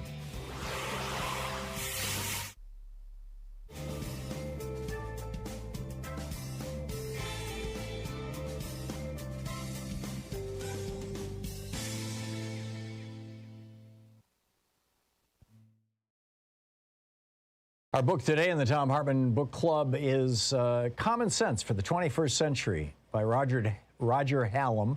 The subtitle, Only Nonviolent Rebellion Can Now Stop Climate Breakdown and Social Collapse. This is from the foreword. I was there for the past 20 years. Climate activism. It didn't work. We protested in our hundreds of millions. It didn't work. We raised billions to reach people and politicians. It didn't work. We signed countless online petitions. They didn't work. We looked to the United Nations to resolve the crisis. It didn't work. We trusted progressive politicians and their reforms. That didn't work. Al Gore had a big concert and a PR campaign. It didn't work. Countless NGOs, non-governmental organizations, did their best, and it didn't work. I worked with green NGO campaigns, champagne environmentalists, and lying politicians. I was wasting my time. I had a clue back in 2007 that there might be a fundamental flaw with the reformist approach. The problem with the political influence of the industrial billionaires like the Koch brothers and other fossil fuel bosses. It was another warm night in Los Angeles. I was invited to an exclusive event. A Tesla Roadster prototype was going to be shown to press and guests. We took turns riding around the block. I watched in amazement as the Tesla was at the end of the street in the blink of an eye, with barely a sound. I felt like a caveman seeing a television. Incredible. While I was working on a campaign in 2007, I had an idea for how to save the world with a massive music event and a huge fundraising effort led by celebrities to fund the biggest PR campaign to save the environment. It would be a huge global event, just like Live Aid. I sought out a prominent journalist at the Tesla event to tell about my scheme and bask in the glory of his praise. The journalist was Vijay Vithswaram from The Economist, now a life member of this Council on Foreign Relations. After listening carefully to my concept, he smiled and laughed. I was stunned. Laughter? How could I be so wrong? Vijay wasn't being cruel or unkind. He thought I was naive. He said, the fossil fuel industry has enough money to outspend any public relations campaign you might try by 100 times. He carried on talking, but I had stopped listening. I had my answer. He was right. Crestfallen, I sheepishly nodded and walked away. Over the next 12 years, I watched as fossil fuel companies used their vast financial capital to buy political parties, trick NGOs into fruitless schemes like the U.S. Cap and Trade Initiative, sow doubt about climate science in the public discourse, and slow policy reform to a snail's pace. Their strategy worked. As climate skepticism continued to spread, climate change mitigation dropped down voters' priorities. With Trump and Putin in power, it was over. I quit climate campaigning. Then I heard about Extinction Rebellion closing 5 bridges in London. Then they closed central London in April 2019. This was something different. I met Roger Hallam and he explained his ideas for a radical plan to create real change. This included, first, tell the truth. Climate skepticism was pushed by the mainstream media, which spread doubt on climate science like a plague, leaving inaction in its wake. The scale of the crisis is being played down and we must get the truth out. Second, nonviolent civil disobedience. We need to get arrested. Tens of thousands of us, more. No more protests, no more petitions. Instead, nonviolent civil disobedience, lots of it, and on a large scale. Close down cities until the politicians take action, or until the people do. Third, universalism. In other words, the ecological and climate crisis should not be owned by any political ideology, culture, age, or gender. As Roger Hallam says, we all have a stake in the future. We should all be allowed to engage in action. I was convinced. We need a new approach to save ourselves and the planet. We need to spark a worldwide rebellion. We need some common sense for the 21st century. That foreword was written by, quote, anonymous climate activist. So this now is the introduction to the book. It is time to grow up and see the world as it is. There are some things which are undeniably real. There are some things we cannot change, and one of those is the law of physics. Ice melts when the temperature increases. Crops die in a drought. Trees burn in forest fires. Because these things are real, we can also be certain about what the future holds. We are now heading into a period of extreme ecological collapse. Whether or not this leads to the extinction of the human species largely depends on whether revolutionary changes happen within our societies within the next decade. This is not a matter of ideology, but of simple math and physics. The United Nations has estimated that we need to reduce carbon emissions by half within a decade to have a 50% chance of avoiding a global catastrophe. Of course, this is likely to be an underestimate, as recent science shows permafrost melting 90 years earlier than forecasted and Himalayan glaciers melting twice as fast as expected. The book, Common Sense for the 21st Century, by Roger Hallam, the co-founder of the Extinction Rebellion. The subtitle, Only Nonviolent Rebellion Can Now Stop Climate Breakdown and Social Collapse.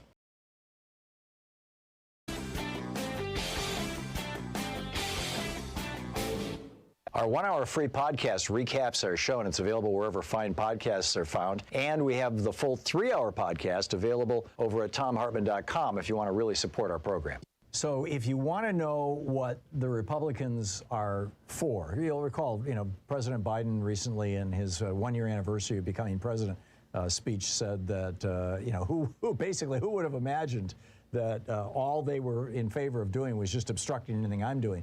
And then he went on to say, what are the Republicans for? What does Mitch McConnell stand for? Chris Sununu, the governor of New Hampshire, actually went and talked with a number of Republican senators when he was thinking about running for the Senate, asked them, what are you guys doing? And they said, we're just here basically obstructing Biden. That's all we're doing. And Sununu said, screw that. I'm not going to run for the Senate then. He said they were all, for the most part, content with the speed at which they weren't doing anything. It bothered me that they were okay with that. So then, Mitch McConnell got asked by an NBC, Leanne Caldwell at NBC, what are you guys going to do if you get elected? And McConnell said, I'll tell you after the election. This is nuts. We got a video about it over at thomhartmann.com. Check it out.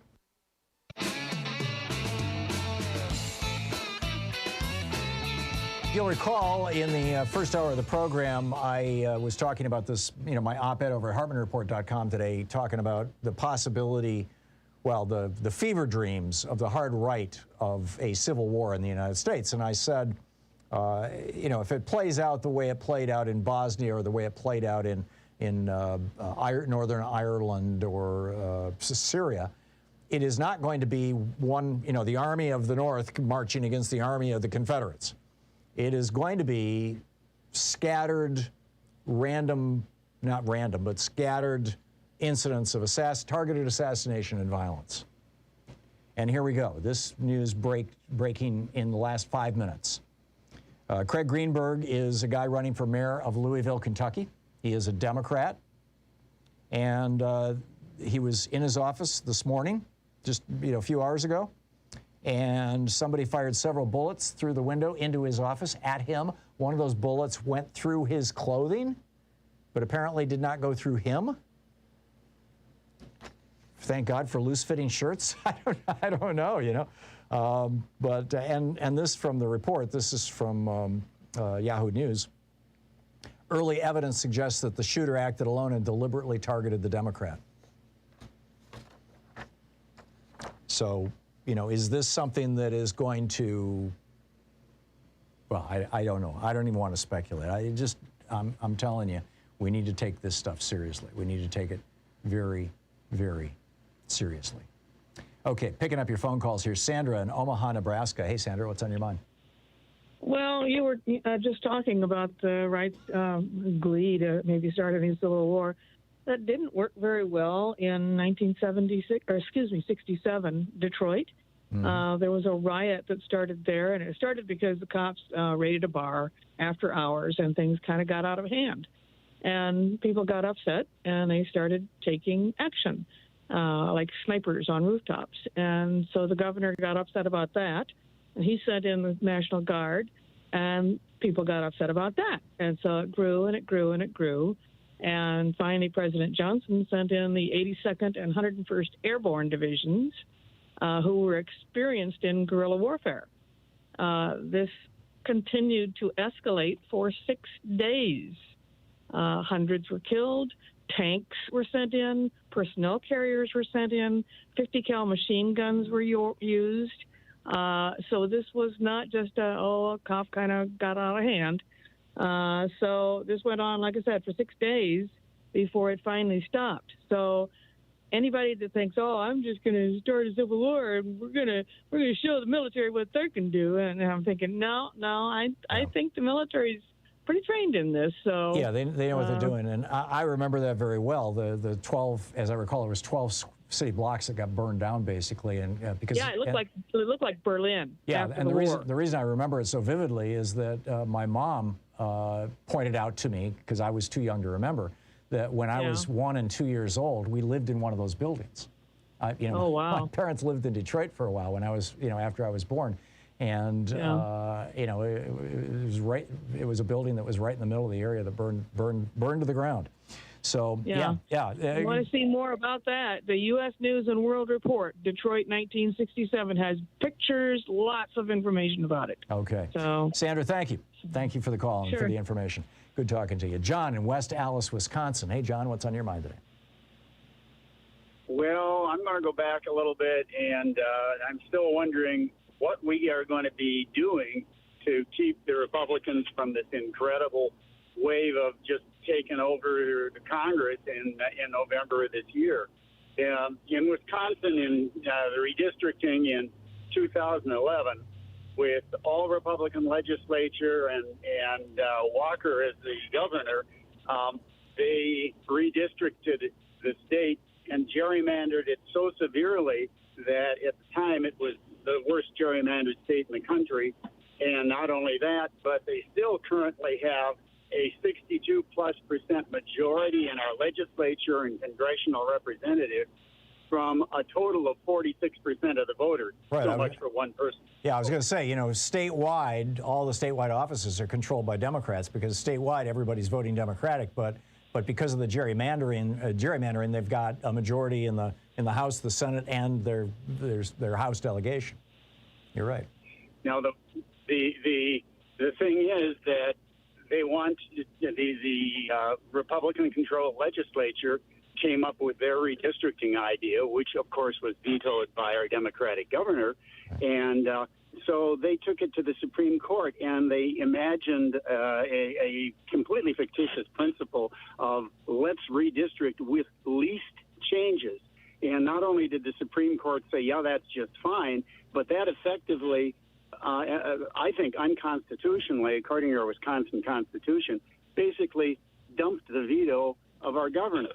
And, this is the kind of stuff that we're having to deal with, not just in Wisconsin, but nationwide.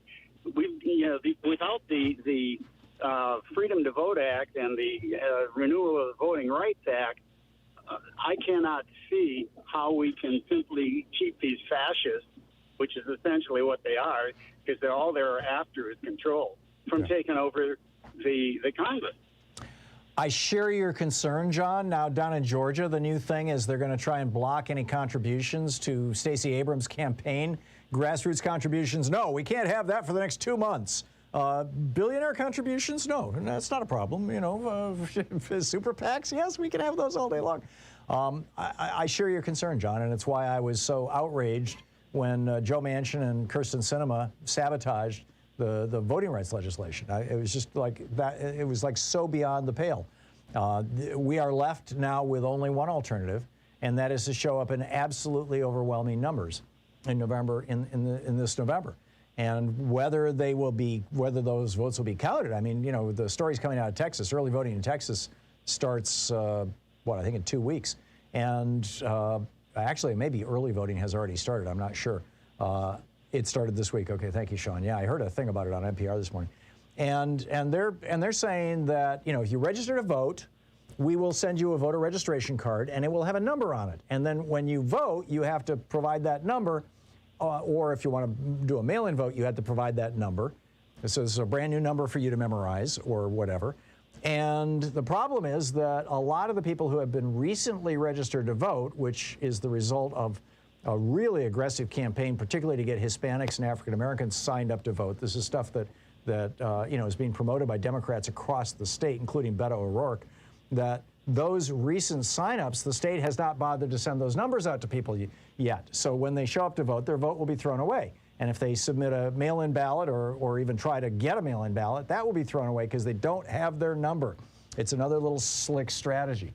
So we've got a hell of a lot to overcome, John. You are absolutely right. But I think that that said, that we still have the ability to turn out in really, really large numbers. We just need to keep people informed. John, thank you for the call. Michael in Rock Hall, Maryland. Hey, Michael, what's on your mind today? Hey, I heard you mention Ireland as one point of reference for what potential civil conflict in the U.S. might look like. Right. What came to mind for me was Italy during what's called the Years of Lead. Aldo Moro? The time when Aldo Moro was killed. Yeah. The Years of Lead. Something like sort of sporadic but very public violence. That was all over Europe too. You had the Gray Hand or the Black Hand was the group in Germany. The Red Brigades was, as I recall, the group in Italy. There was another group in Spain, and not just ETA, not just the Basque separatists, but there was another movement as well. And there was a fair amount of suggestion that this was being, promoted not just within the country but from outside the country. The Soviets and NATO and the China. CIA and all. Yeah, and Maoist China, and another echo of the present moment. But I think you're probably right, Michael. And this is how insurgencies happen. And thankfully, in all those countries, they ultimately crushed these. They were representing themselves as left-wing insurgencies. I would say because they were authoritarians using violence, that they were not left-wing; they were right-wing. Of course, I've always thought that Stalin was a right-winger. I mean, brutal, top-down dictatorship is not something that the left typically embraces, right? It's not the value of liberals. But Michael, excellent point. I think you're right. I think that's probably a really good analysis. Thank you very much for the call. We'll be back. It's 45 minutes past the hour, picking up your phone calls here on the Thom Hartmann Program, speaking the truths to the multinational corporations, big pharma, and the health insurance companies who are pushing DCEs would really rather you didn't know all about.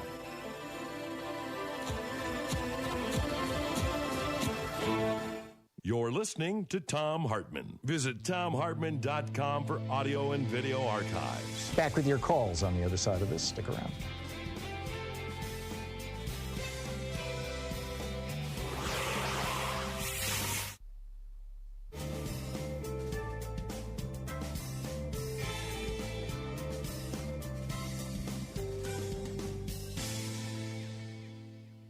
And welcome back. Kenyatta in Los Angeles. Hey, Kenyatta, you want to speak to my observation that the only person to kneel yesterday was a white guy?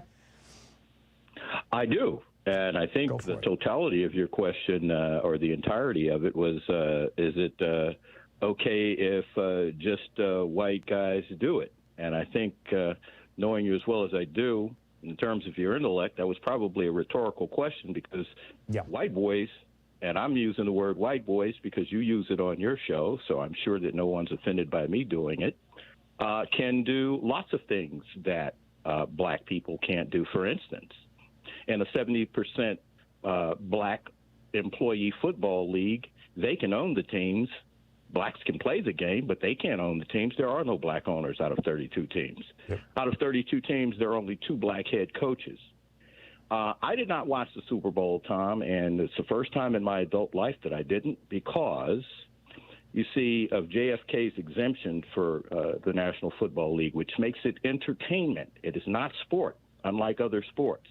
I'm not going to get into the weeds on that, but it basically makes it where they can script the games. And you'll notice that this year there were lots of games that went down to the last few minutes. They were all cliffhangers.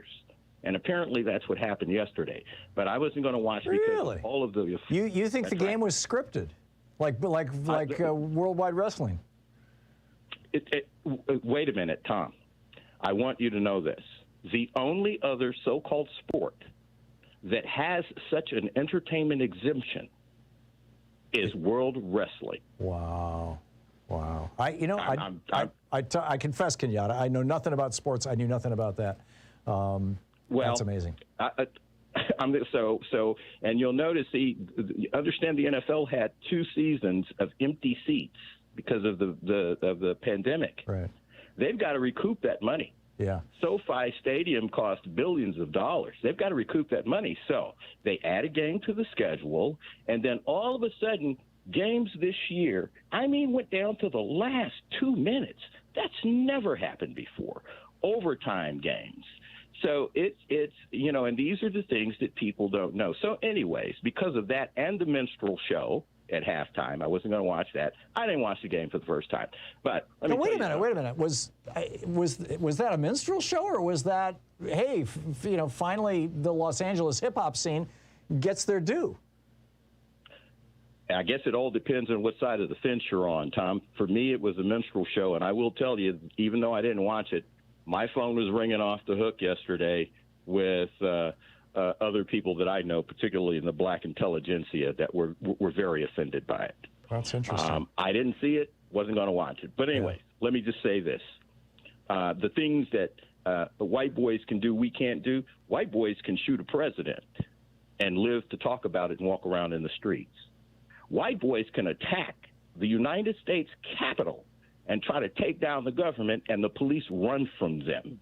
Yeah. White boys can go to that Super Bowl game yesterday and pay $12,000 a ticket. Look at that. That's sure amazing. I didn't watch the game, but listen, and yet you can sit there and watch the black gladiators in the Coliseum run into each other. Yeah. Last note, you said something about Civil War. Mm-hmm. The war has already begun, Tom, because the first casualty of war is the truth, my friend. Amen. And that's already happened. Amen. Brilliant. Kenyatta, as always, brilliant. Thank you. Great talking with you. We'll be right back. It's 10 minutes before the hour.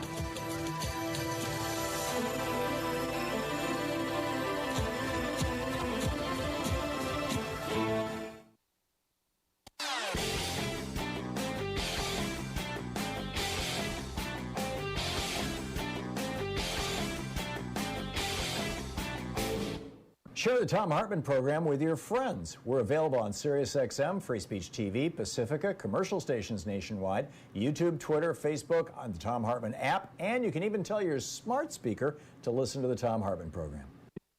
The New York Times has put together just an amazing graphic where they took all the record temperatures from last year, from 2021, and put the red ones being hot and blue ones being cold, put them as little dots on a map of the United States.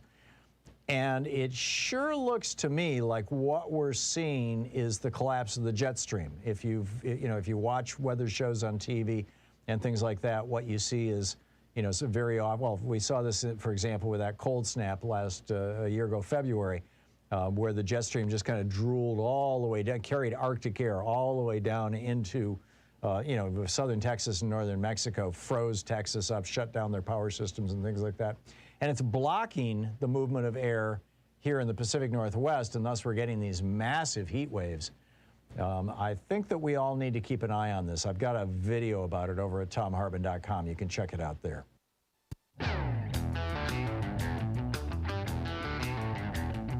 51 minutes past the hour. Welcome back. And Uli in Teaneck, New Jersey. Hey, Uli, what's up? Hallo Tom, wie geht's? Mir geht es gut. Danke, das ist schön. I like to respond to what you read earlier about this right-wing Republican who brought forward legislation to reverse taxation on Social Security. Yes, sir. And what I've done is, last year I thought about the same thing. I wrote both of our senators, Menendez and Booker, and my Congressman Pascrell about this. It would be a great sales pitch for the midterm elections. I can tell you, Uli, a Republican comes forward and does it. Yeah, and the fact that FreedomWorks is pushing this. I mean, this is one of one of the more prominent right-wing organizations on the hard right, as it were, on the far right. The fact that they're doing this, it tells me, and I can't say this with certainty, but it tells me that in all probability, they have focus grouped this, they have, tested it, and they have found that this is something that would appeal to seniors. It's a slam dunk. And frankly, I think that if Democrats were to say, we want to eliminate student debt and we want to end the taxation of Social Security benefits, you've now got, a large chunk of the population under 30, and you've got pretty much everybody over 65. And those, great ways to get those people to the polls. So, Uli, I think you're absolutely right and spot on. Tip of the hat to you. James in San Diego. Hey, James, what's up? Hey, I just want to call and say that, I agree with your idea that a combination of shrinking white population and declining income is kind of a recipe for civil war, right? That's kind of a domestic version of the Thucydides gap. Yes. And I was kind of hoping that we've got this mitigating circumstance, which is the pandemic, which is this kind of a dark view of it. But I mean, from the Black Plague forward, it creates a need and demand for essential workers and improves the economic lives of normal people, even in the Black Plague. You're right. The plague is what produced the Renaissance and then again the Enlightenment. A little more arguably the Enlightenment, but after the Black Plague killed a third of Europe, you had 2 generations of what we refer to as the Renaissance in the 14th century, as I recall, and it was because there was a shortage of workers, and thus you had your first guilds, your first unions emerged then. Yeah, and I mean last year we had over 1,700 plus employee walkouts on businesses. Yeah, I think that labor is getting their mojo on, and I think your point is well taken. We'll see how it shakes out. But thank you, James. Mike in Phoenix. Hey, Mike, what's up? Hey, Tom, I got 35 years of government service, and even though I'm not active military now, I will defend and uphold the Constitution against all enemies, foreign and domestic, including democracy. Republicans don't think the Second Amendment doesn't refer just to them. And another thing, Tom, I don't think your audience knows this. When I was active military, that if you were not covered, in other words, inside a building, and you heard the Star-Spangled Banner, you're supposed to turn to the music. How many of these right-wing fanatics in a stadium, when they're out in the concession stands, don't do the same? Yeah. Well, I think the obeisance, if that's the right word, to the anthem, or it's really not the right word. I think the respect for the anthem is not what it once was. The viewing the flag and the anthem as kind of holy relics or part of the religion of our country, I think that's gone, Mike. Thanks for the call. Timothy in Las Cruces, New Mexico. Hey, Timothy, what's up? Hey, Tom. I just want to, I know you know this, you don't need to hear it from me or anyone, but the various and myriad coverage of all of the things that are going on right now is incredibly disheartening and worrying for us Democrats and us liberal minds.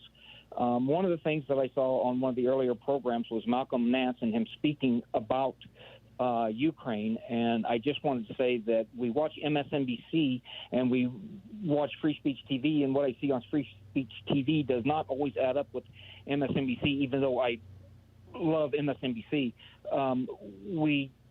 I just absolutely 100% trust Malcolm Nance and what he says about. He's a good guy, and he knows what he's talking about. I didn't see what he hear what he had to say on Stephanie's show this morning, but well, he said that Putin was crazy and don't look at him through Western lens like you would a normal politician, and that you can't guarantee what he's going to do.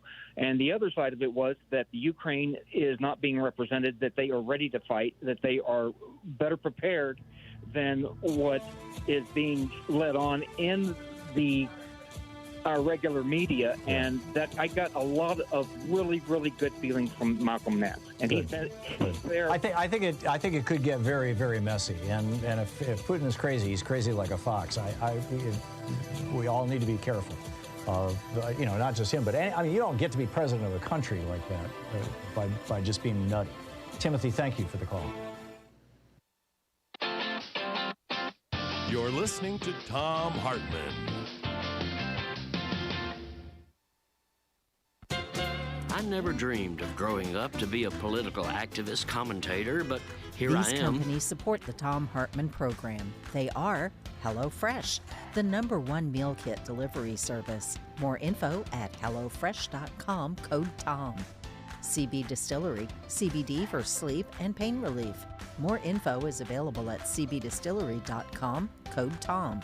Wild Alaskan Company, 100% sustainable wild-caught seafood delivered right to your door. More info at wildalaskancompany.com/Tom. Cozy Earth, better sleep, better you. More info at cozyearth.com, promo code TOM. Dinovite, a whole food supplement for your pet's immune system. More info at dinovite.com. And ExpressVPN, the VPN that just works. More information at expressvpn.com/Tom. Our book today in the Thom Hartmann Book Club is The Second, Race and Guns in a Fatally Unequal America by Carol Anderson. This is from the introduction. It was like a snuff film, that July 6th, 2016 live stream. Philando Castile sat in his car, buckled in, bleeding, dying. "Why did you shoot him, sir?" asked his fiancée, Diamond Reynolds, pain piercing her every word. Castile, who had been pulled over in a suburb of St. Paul, Minnesota, because his, quote, wide-set nose, end quote, supposedly resembled that of a robbery suspect, had been reaching for his ID, but in order to avoid any surprises, let the police officer know he had a gun with him, a legally permitted, right-to-carry concealed gun. That was all the cop needed to know. Officer Geronimo Yanez began shooting. Castile's death came just one day after Alton Sterling's down in Louisiana. He, too, was carrying a gun, which was not unusual in this right-to-carry state. Granted, Sterling had a felony conviction, so owning a firearm was, for him, illegal, but he had been robbed before and wanted protection. On July 5th, 2016, the Baton Rouge police received a 911 call that there was a man with a weapon threatening customers at a local convenience store. As officers rolled onto the scene, they saw Sterling sitting there selling CDs and DVDs, just as the store owner allowed him to do and indeed welcomed. The threatening man was not Sterling. In fact, there was no threatening man. It had been a prank call, but that didn't matter. Within a few minutes, police had thrown the black man down, pinned him to the asphalt, and then started yelling that Sterling had a gun. He did. It was in his pocket where he could hardly reach it, what with the officers squatting on both his legs and one arm. Nevertheless, the police began firing round after round into his prone body, point blank. Blood poured out of his chest, but not for long. Alton Sterling was dead. The back-to-back deaths of these two black men police had shot for carrying guns should have jolted into action the Second Amendment's staunchest advocate, the National Rifle Association. In 1995, for example, the organization's denunciations flew fast and furious when it contended that law enforcement not only overreacted, but went out of its way to kill gun owners. Angered by the deaths at the Branch Davidian compound in Waco, Texas, and the siege and firefight at Ruby Ridge, Idaho, both of which were sparked by federal agents serving warrants for weapons violations, Wayne LaPierre, the NRA's executive vice president, angrily wrote, quote, "If you have a badge, you have the government's go-ahead to harass, intimidate, and even murder law-abiding citizens," end quote. He further denounced cops as, quote, "jackbooted government thugs who have more power to take away our constitutional rights, break in our doors, seize our guns, destroy our property, and even injure or kill us." Nearly 2 decades later, that sentiment had not changed. This was evident when Nevada rancher Cliven Bundy, who had refused to pay over $1 million in fees for grazing his cattle on public land, summoned his gun-toting, self-styled militiamen to do battle with federal authorities to prevent the seizure of his herd for restitution. Richard Mack, a former recipient of the NRA's Law Enforcement Officer of the Year award, asserted, if federal agents are going to start killing people, I'm sorry, but to show the world how ruthless these people are, women and children need to be placed in the front lines as human shields. Mack didn't flinch as he insisted, quote, women need to be the first ones shot. I would have put my own wife or daughter there on the front lines, and I would have been a screaming bloody murder to watch them die, end quote. Larry Pratt, a speaker at the NRA's 2014 National Convention, commenting on the fact that Bundy, quote, backed them, the Bureau of Land Management agents, down with automatic rifles and other deadly weaponry, proudly called that armed confrontation, quote, a proper, legitimate, lawful response to illegitimate, unlawful exercise of government power, particularly on the federal level, end quote. Yet how quickly the NRA's swagger disappeared when government agents gunned down Philando Castile and Alton Sterling for merely carrying guns. Sterling's death didn't even merit acknowledgement. As for Castile, the NRA broke its silence only after inordinate pressure from African-American members led the gun manufacturers' lobby to issue a tepid statement that the Second Amendment was applicable, quote, regardless of race, religion, or sexual orientation.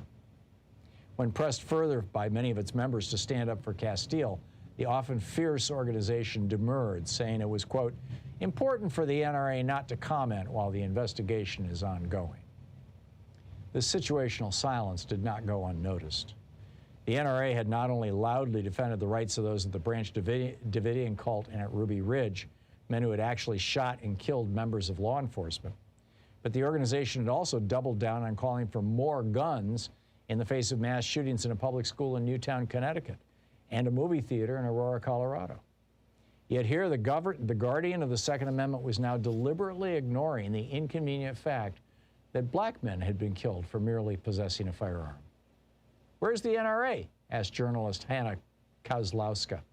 Didn't Sterling and Philando Castile have Second Amendment rights too? David Graham in The Atlantic coolly observed that, quote, two shootings give a strong sense that the Second Amendment does not apply to black Americans the same way it does to white Americans, end quote. Washington Post columnist Eugene Robinson wrote that he saw the old Jim Crow whites only sign plastered above the Second Amendment. The book, The Second, by Carol Anderson. We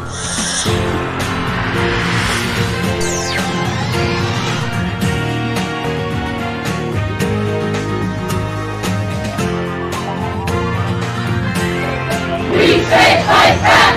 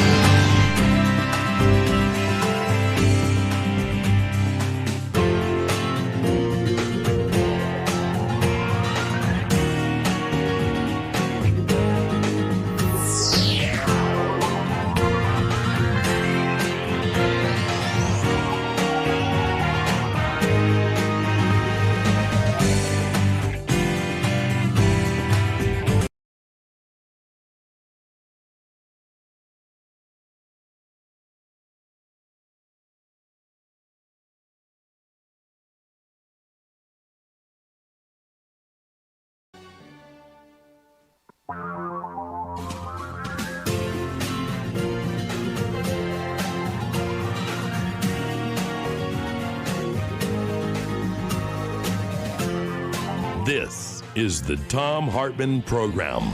And welcome back. So in this hour, I'd like to put one more topic on the table, because I think this is probably one of the more important issues that we're struggling with as a nation, and that is the fate and future of the Republican Party. And in that context, the fate and future of both Donald Trump as a figure and a figurehead, and Trumpism, or what you could call neo-fascism, more broadly. Josh Hawley is out there selling campaign merchandise showing him giving the fist, right? Yes, tear down that Capitol. This is Trumpism.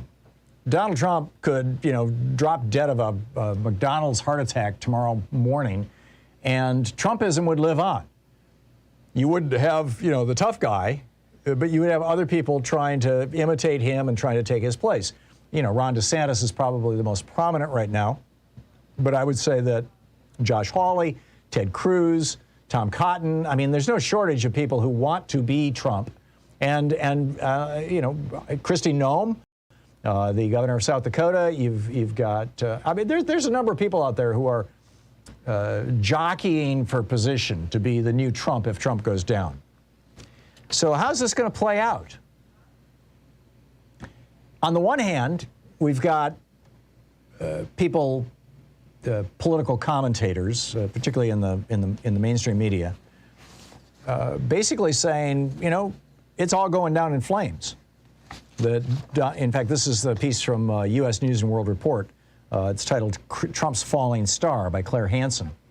Now, the key to this, I suppose, is that it was published about a year ago, but Claire writes, his favorability ratings are well underwater. Key voter groups that propelled him to the White House have soured on him.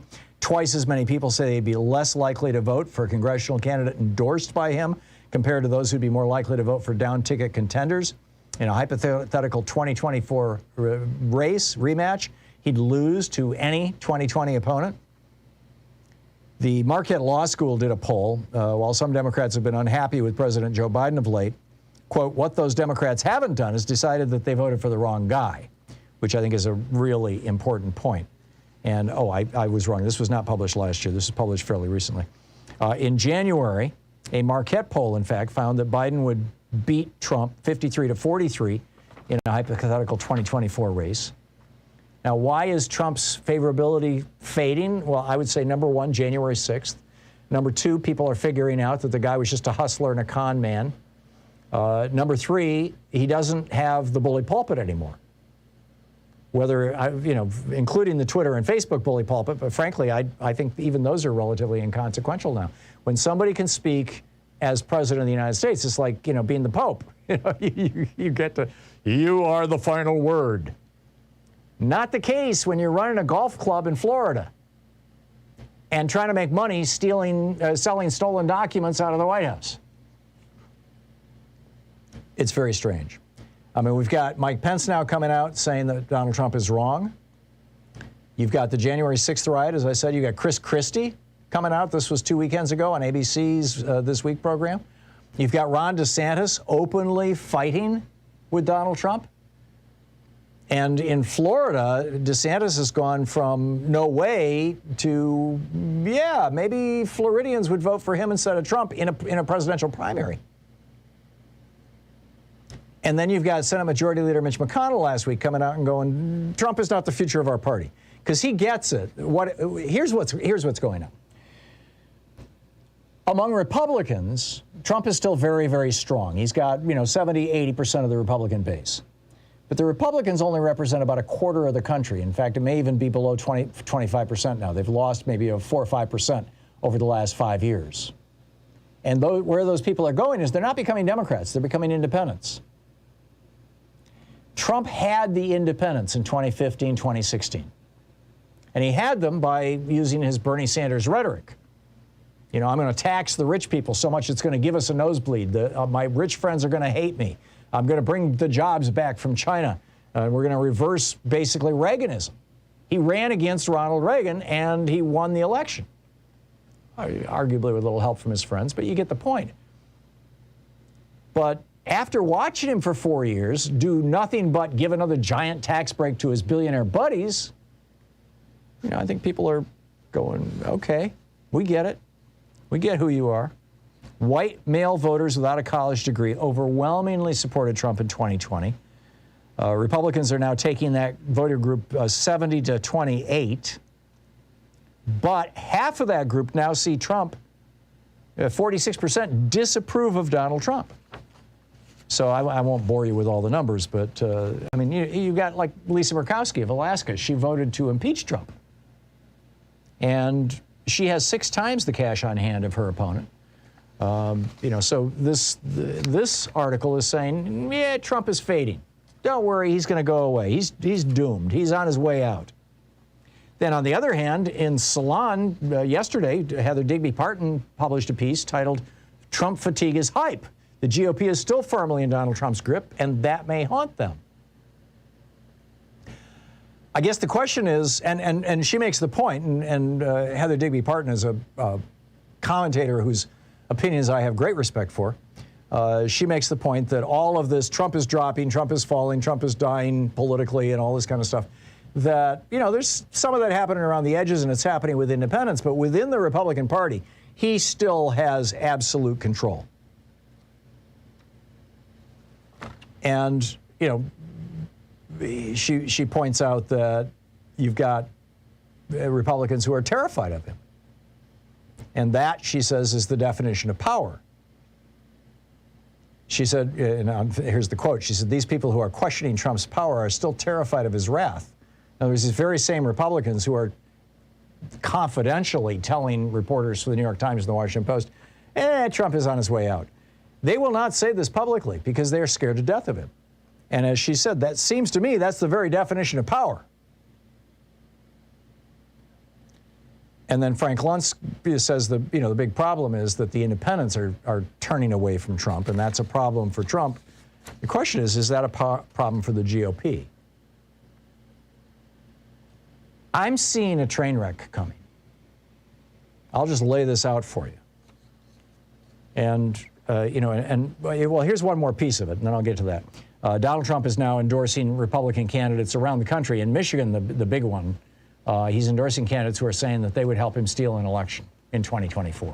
I mean, basically, it just comes right down to that. There's a great piece by Peter Stone in The Guardian. You can read it at theguardian.com or .org right now that lays out exactly who he's supporting and what they've said. But they're basically all these, they're kind of Rudy Giuliani crazies. You know, the election was stolen and we've got proof. No, we don't. Well, yes, we do. No, we don't. Quack, quack, quack. So the train wreck that I see coming is that the Trump faction within the Republican Party and the Republican voting base will prevail in the primaries. You know, starting today or this week in Texas, and soon all across the country over the next 3-4 months. The Trumpies are probably going to prevail in the primaries in many, many of these races. And they're going to end up on the ballot. And then in the general election, that's when the sane people come in and vote. And the sane and the Democrats, I mean, the Democrats will be, well, they have their own primaries. And when the Democrats come in to vote in the general election in November, if we can get turnout really up there, and if we can overcome the voter suppression efforts, I think that the Trumpy Republicans are going to be easier to beat than the Mitch McConnell-style Republicans, the old guard Republicans. Because the Mitch McConnell kind of Republicans still have independents with them. The crazies don't, increasingly. And I see this as, frankly, good news for November. Now, I'm not counting my chickens. I've been there before, and I'm not going to do it again. And this election has a long way to go.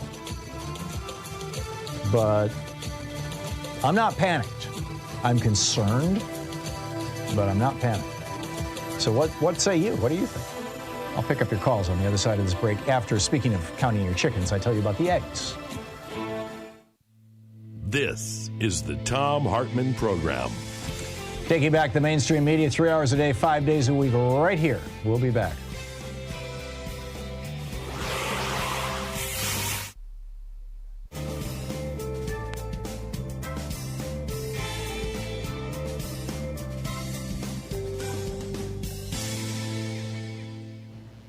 And welcome back. And let's see here. Michael in Greenville, South Carolina. Hey, Michael, thanks for watching us on YouTube. What's up? Yeah, thank you, Tom. First off, hypocrisy alert. My very first political contribution was for your predecessor on Air America, Al Franken. Al Franken. Yeah. And it's the best money that I ever spent.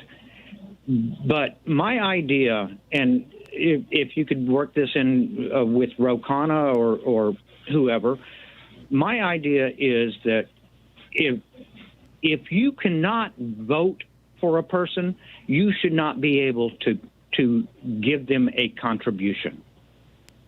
I agree. And this is the problem with Citizens United. In the dissent, that John Paul Stevens wrote, he referenced Tokyo Rose. He said, you know, with this decision, we are allowing foreign money to come into the United States. It just has to be laundered through a super PAC, and that foreign money can swing elections. And he said that would be like saying that, GI should be listening to Tokyo Rose. And I agree with him. And I think, I don't know if you caught Brian Stelter's program yesterday on the media. I didn't. He had a guest on who pointed out that TikTok is Chinese-owned. And they're helping people build their revenue streams and their stardom when they say nice things about China. They're tweaking TikTok, apparently, to promote China. And he's like, would we have done that if the Soviet Union owned, a newspaper in the United States, or a television outlet, or whatever it may be? I mean, back in the day, don't think so. Yeah, but my idea is very simple, and it does hurt unions, but it also kneecaps corporations. If you can't vote for that person, you should not be able to contribute to them. Yeah, it's a very simple premise. So you're talking about getting rid of corporate contributions, nonprofit in the case of unions, for-profit in the case of corporations, as well. And foreign. Yeah, and obviously foreign. Yeah. Michael, I would endorse that in a New York minute. Thank you very much. I just wanted to get that out there. Okay, thanks a lot, Michael. Leslie in Tecumseh, Michigan. Hey, Leslie, what's on your mind today? Sorry, Tom. I have a couple of questions. Well, we have about a minute. You get one, basically. I'll go quick. Number one, this is an easy one, yes or no. Are you still doing the cruises? We are probably going to start that back up if and when it becomes safe. It was always a lot of fun hanging out with listeners. Oh yeah, But right now we have no plans for it. But check in 6 months. Oh really? When do you usually have it? What? I just don't know. Typically we. Well, actually, I'm not even sure that there's a typically. We've done Alaska trips in the summer and we've done cruises in the winter. So. Okay. And my other question, real quickly, is about the issue of sanctions. Mm-hmm. I really wonder, how is it that the United States can say, we're going to put severe sanctions on them, and yet no sanctions were put on us when we invaded Iraq? Yeah, that's a good question. It's a good question. Yeah, Leslie, I don't have an easy answer for that one. I mean, the perfidy of the Bush administration, Bush-Cheney administration is unmatched. Leslie, thanks for the call. We'll be right back.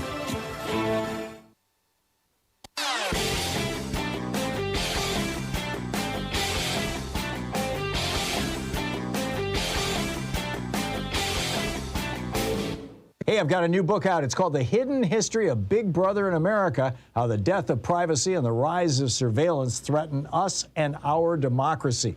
Available wherever you find fine books. Hey, remember Andrew Wheeler? He was this coal lobbyist that Donald Trump plucked out of obscurity and put in charge of our nation's Environmental Protection Agency. He was the EPA administrator. He's the guy who said there was this new pesticide they wanted to bring to market. It causes permanent brain damage in children. He said, that's fine. Put it in the food supply. He's the guy who raised the levels of mercury and radiation to which children can be exposed. He's the guy who closed down the EPA's Office on Children's Health. He's the guy who shut down the EPA's office that provides scientific advice to Congress. He's the guy who stopped enforcing the Clean Water Rule so that the polluters could have a field day. He's the guy who told the oil and gas companies, hey, we're no problem on methane. We're no longer going to enforce the legal limits. And of course, he's the guy who ditched the rule that required cleaning up toxic coal ash. He is now the Secretary of Natural Resources for the state of Virginia. And he's got that job because Virginia just elected a Republican governor. There's a video about it over at thomhartmann.com. Check it out.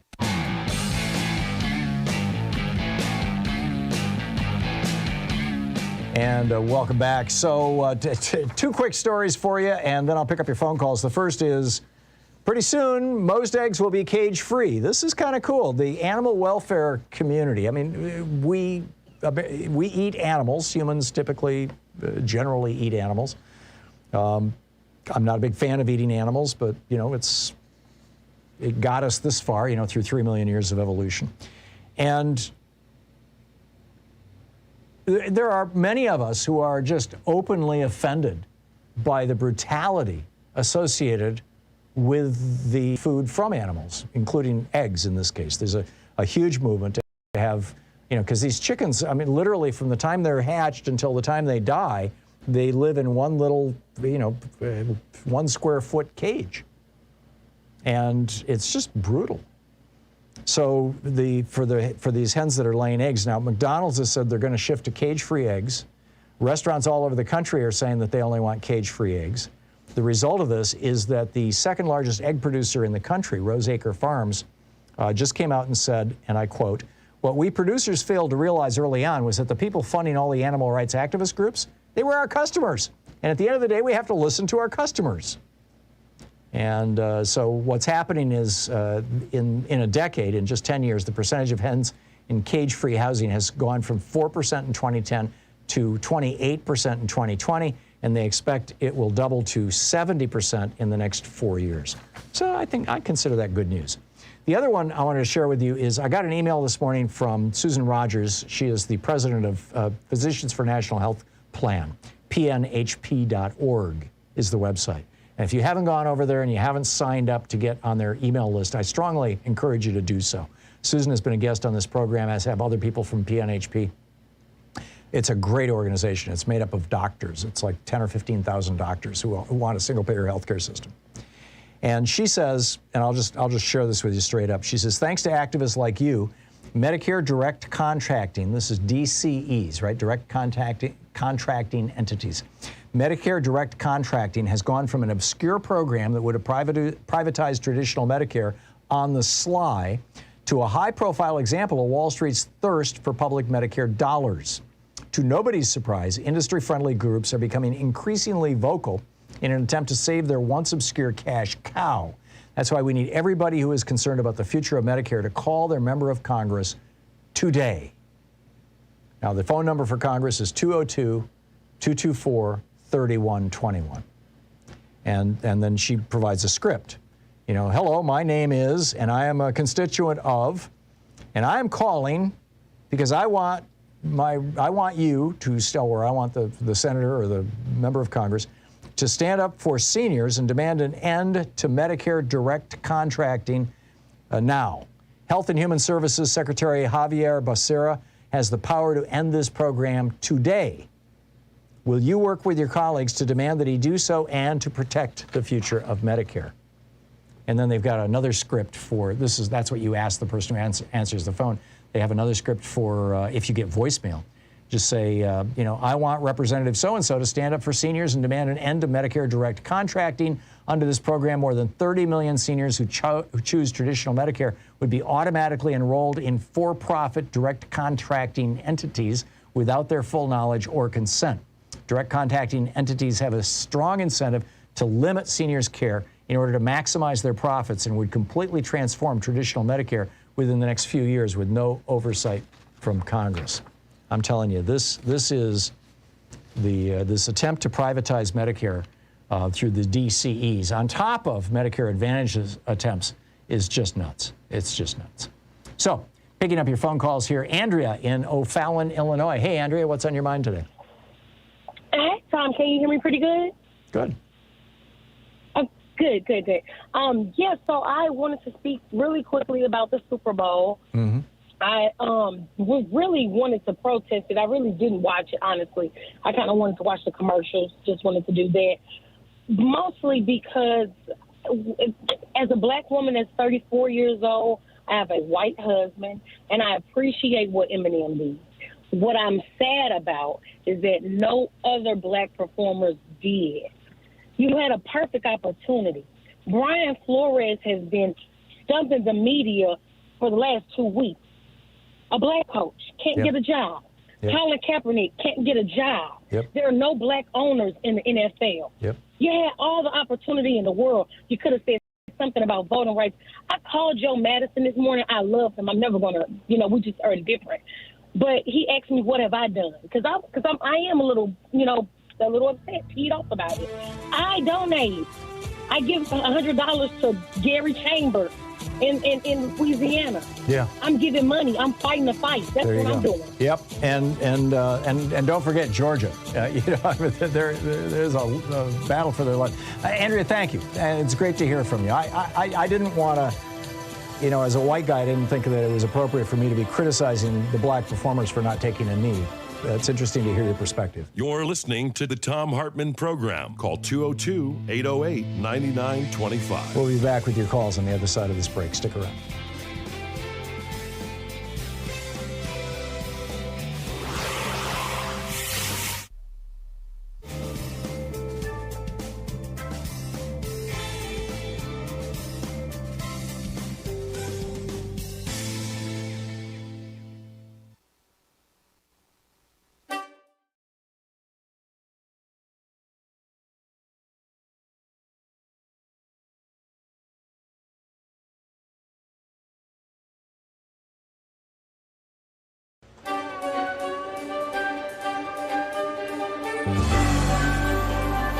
Our book today in the Thom Hartmann Book Club is Beyond the Valley by Ramesh Srinivasan.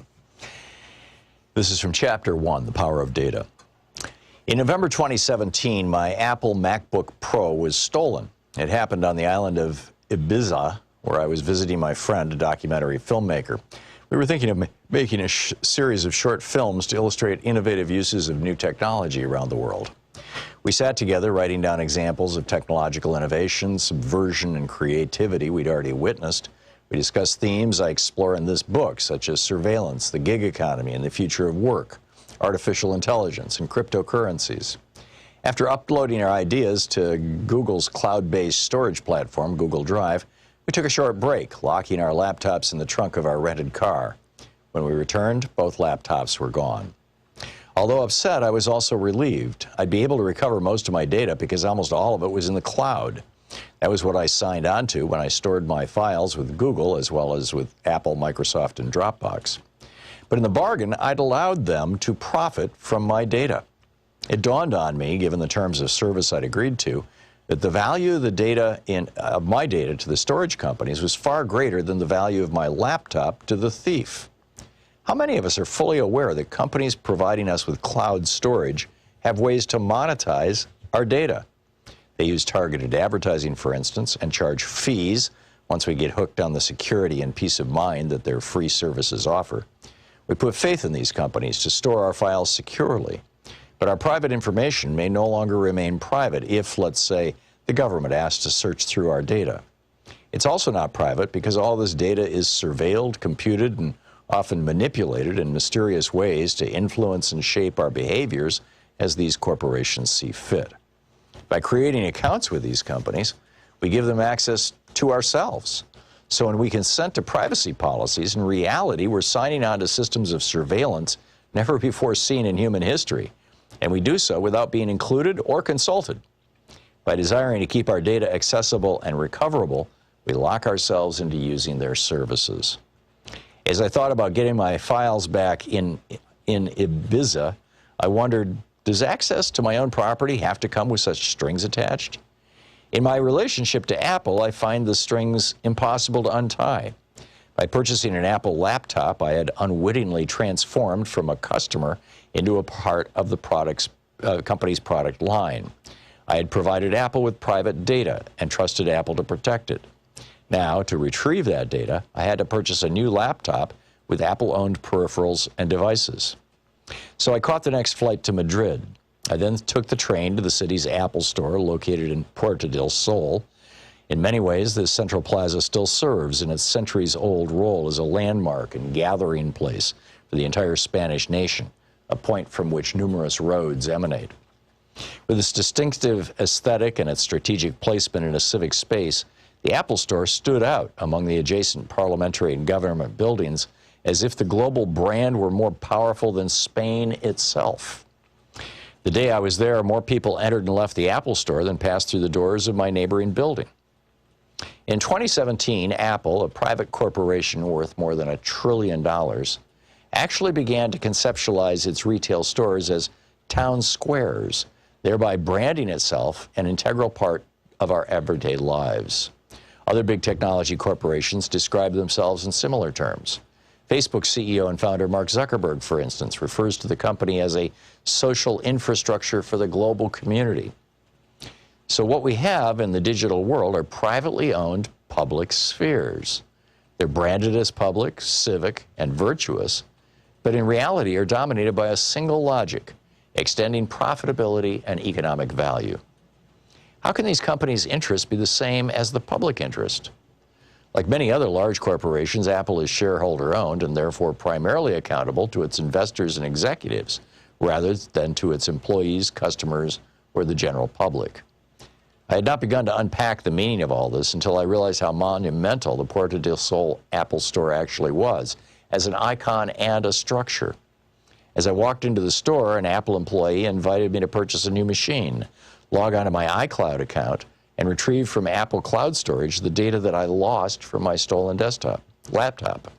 These transactions, completed in less than an hour, were simple and efficient. My data was extraterritorial, easily retrievable in Spain, and likely would be in most other countries. Purchasing a new laptop and getting my data back supported Apple's economic model.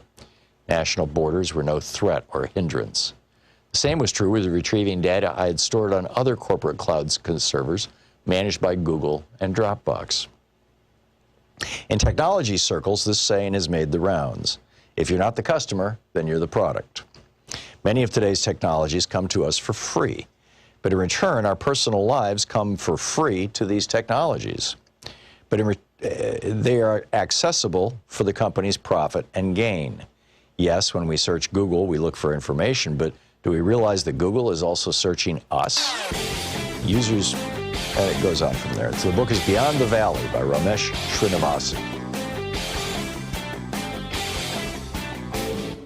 Hey, thanks so much for sharing our program and for reaching out to our stations and sponsors and letting them know that you're listening. It really means a lot to us. So you remember the administration originally said that we're going to give 4 free COVID tests to every household in America. And you can do that, get them delivered by the post office for free by going to covidtests.gov, covidtests.gov. But they said that they're not going to provide free test kits to people on Medicare. Instead, you have to go to covidtests.gov and get your 4 free test kits. Well, they have rethought this. This is a brand new policy. And this will be the first time that Medicare covers free over-the-counter tests of any kind for people who are, or offers free over-the-counter tests for anybody who's on Medicare. The pharmacy, Medicare pays the pharmacy direct, and you pick it up from your pharmacy. So just an FYI on that, and there are a few other dimensions that have to do with TRICARE and a few other things. We've got a video about it that's over at thomhartmann.com that you can check out.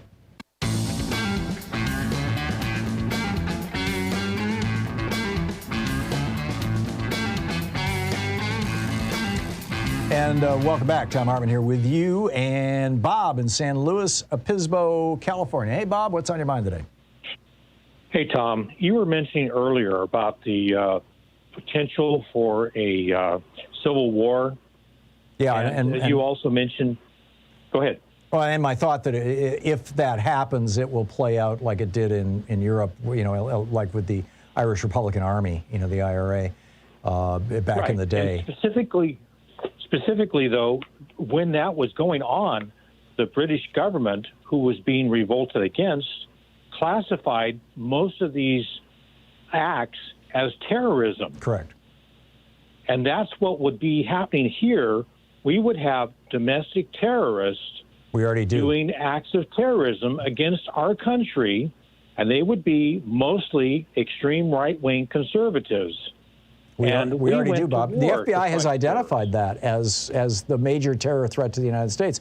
Over 80% of all the deaths since 9/11 in the United States caused by terrorists have been caused by domestic right-wing terrorists. Yet our federal laws do not define domestic terrorism. So you can't label somebody a terrorist in the United States unless they came from a foreign country, which is bizarre. I think we need to be changing our laws, frankly. But on the other hand, could not we label them as a enemy combatant? No, I don't think so. That's a very specific meaning. And I don't want people to lose their rights. There's a legitimate concern here. I started to mention this when I said on the other hand, The other hand is that if, let's say that the Biden administration correctly labels, the guy who shot at this mayoral candidate in Kentucky this morning a domestic terrorist, and because once you identify somebody as a terrorist, then the law, the Patriot Act, allows a whole brand new level of intrusive investigation and listening in and spying and whatnot on that person and the people around them. And, terror investigations are much more extensive than your ordinary criminal investigations. Once you've done that, once you've established that precedent, what happens when you've got Josh Hawley as president or Ron DeSantis as president, and he decides that people like you and me, Bob, are terrorists?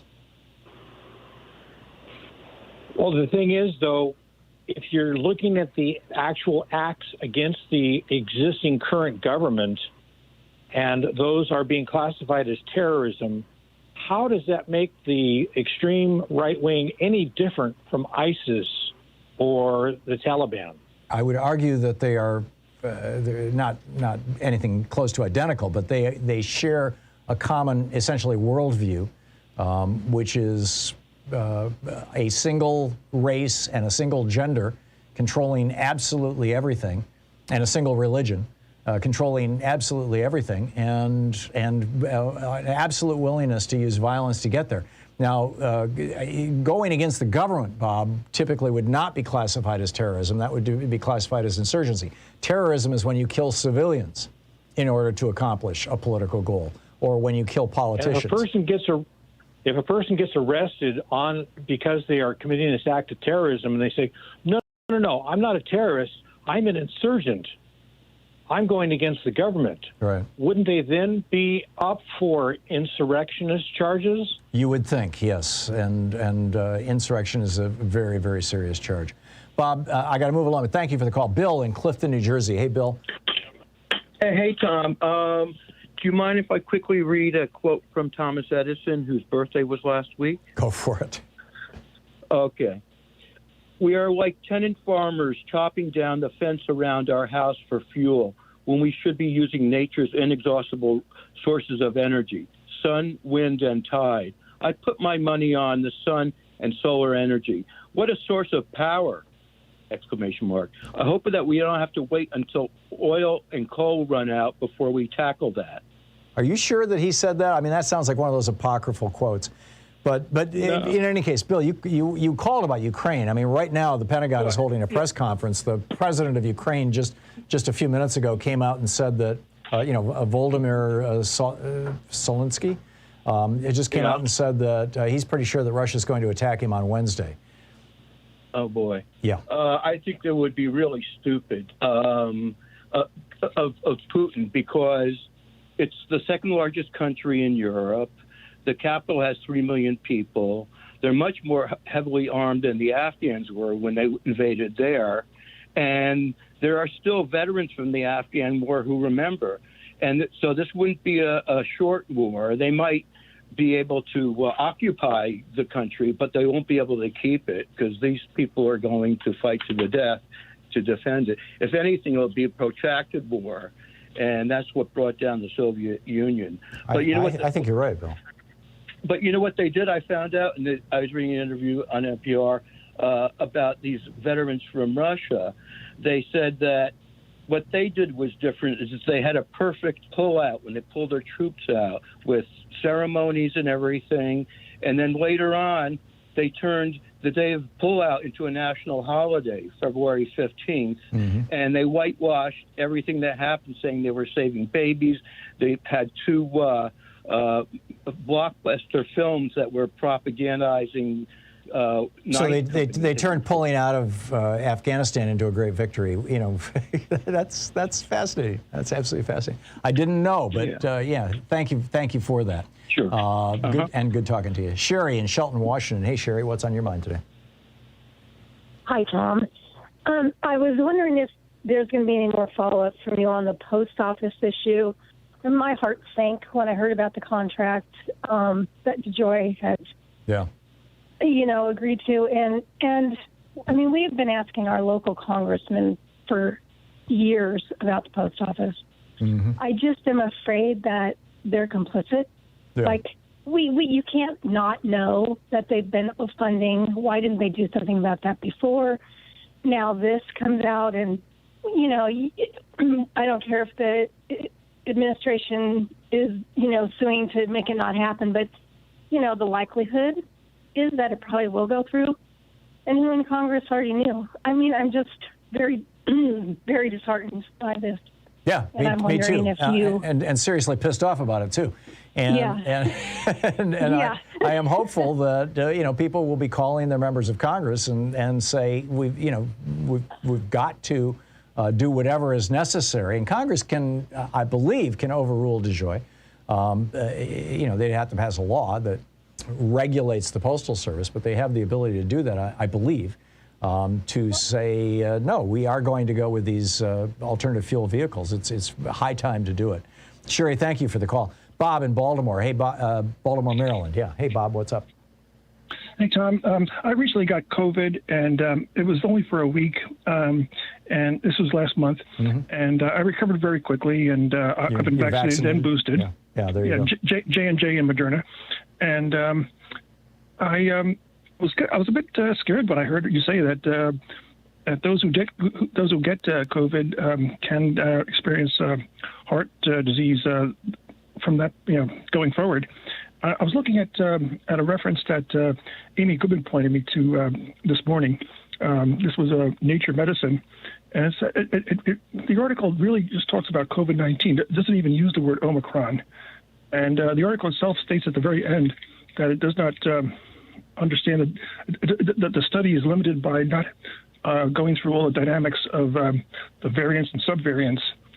So, so the hope is that Omicron is less severe or less likely to cause heart damage. Is that the bottom line for you, Bob? I mean, I would, again, I can't offer medical advice, but if I got COVID after I've recovered, the first thing I would do is make an appointment with my doc and get an EKG and make sure everything's okay.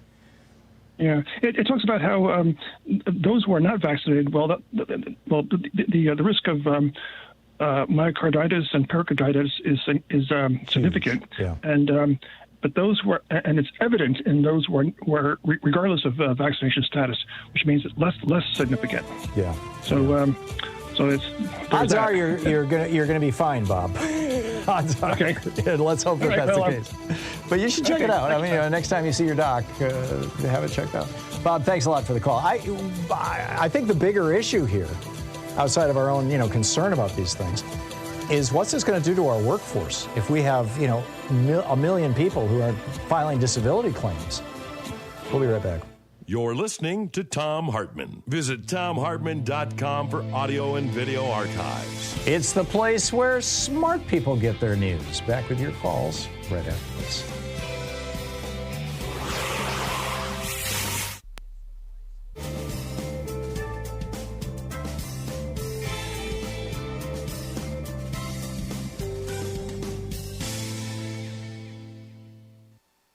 And welcome back. Gary in Alpharetta, Georgia. Hey, Gary, greed has no heart.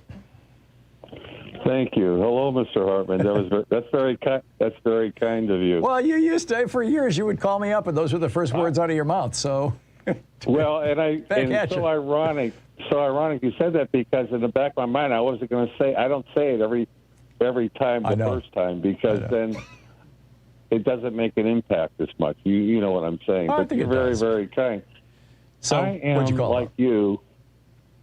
You're more of an optimist. This is why I admire. I admire people that are honestly optimistic. I'm optimistic, but not at your level.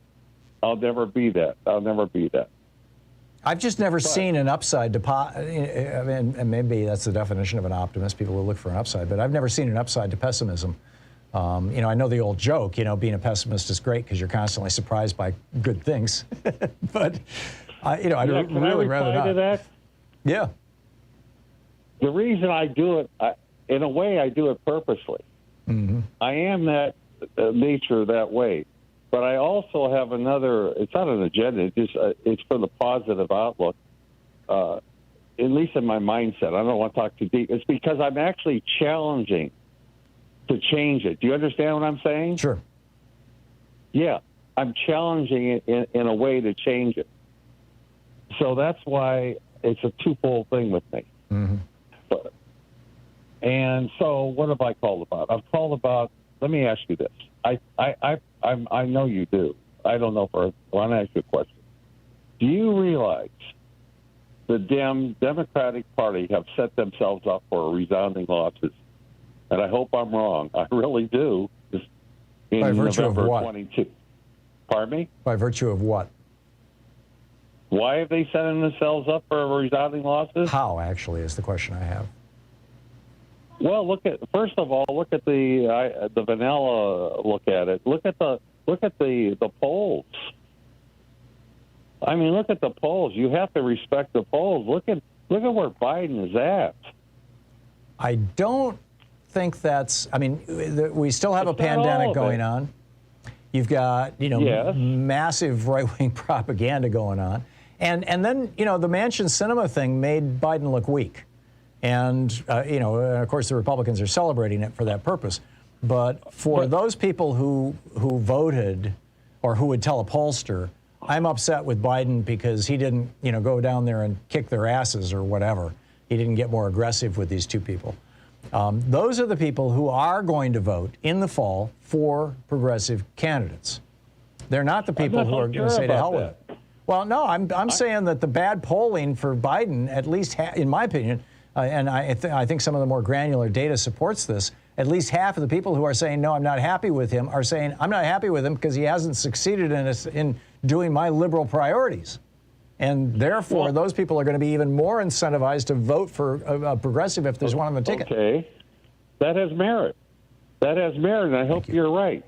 Me too. I want to try to get out ahead of this. I think we need a woman. We need a woman nominee in 24. A woman nominee. It's time for a woman and a VP from the South. We need to change the narrative. We got to get ahead of this. Elizabeth Warren and Stacey Abrams, or vice versa. Well, it could be vice versa, but we need a woman president nominee in 20. It's not going to be Joe Biden. I'm sorry. Yeah, I frankly suspect that it won't be, but we'll see. It's a little early. Thanks, Gary, thank you.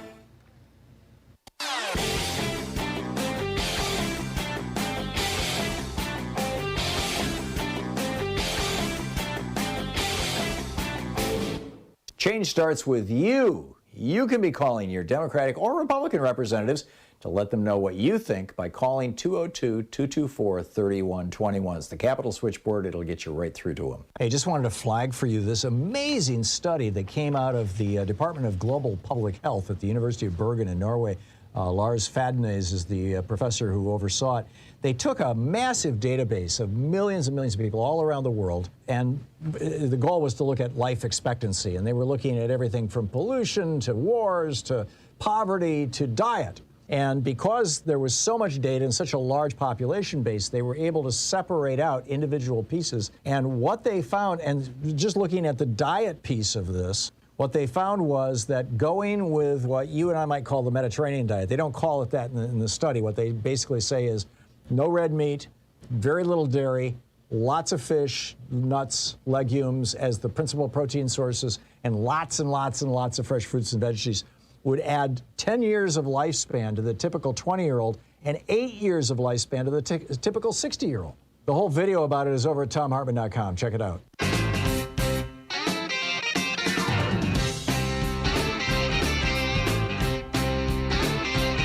And welcome back. Picking up your calls, Diana in Preston, Idaho. Hey, Diana, what's up? Hi, Tom. Something Kenyatta said reminded me of a book I read about signs of decline of a civilization. Mm-hmm. And number one sign was money filters from the bottom up. The number two sign was obsession with sports. Zero-sum games like football. And they said in the book that it was the best way to train children to be in the military service. You know, somebody's got to win, somebody's got to lose. Huh. Interesting. I guess I'll leave it at that. That's fascinating. Let me think about that, Diana. Thank you for the call. Brian in Albuquerque, New Mexico. Hey, Brian, what's on your mind today? Hey, good afternoon.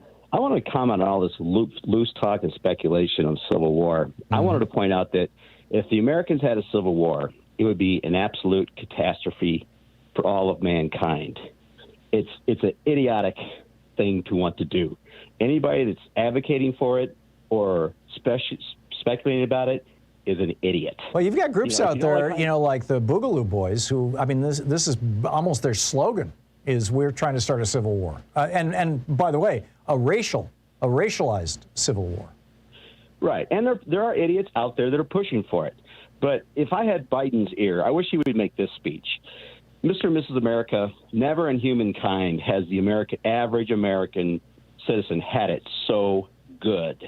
And the reason you've had it so good is because of stability and incremental change. And the government has been involved in making those changes, and then give Americans a quick history lesson on what the governments did to make our lives better, like REA, like electrification. Right. If you don't like high gas prices, start a civil war. If you want to see our healthcare system collapse, start a civil war.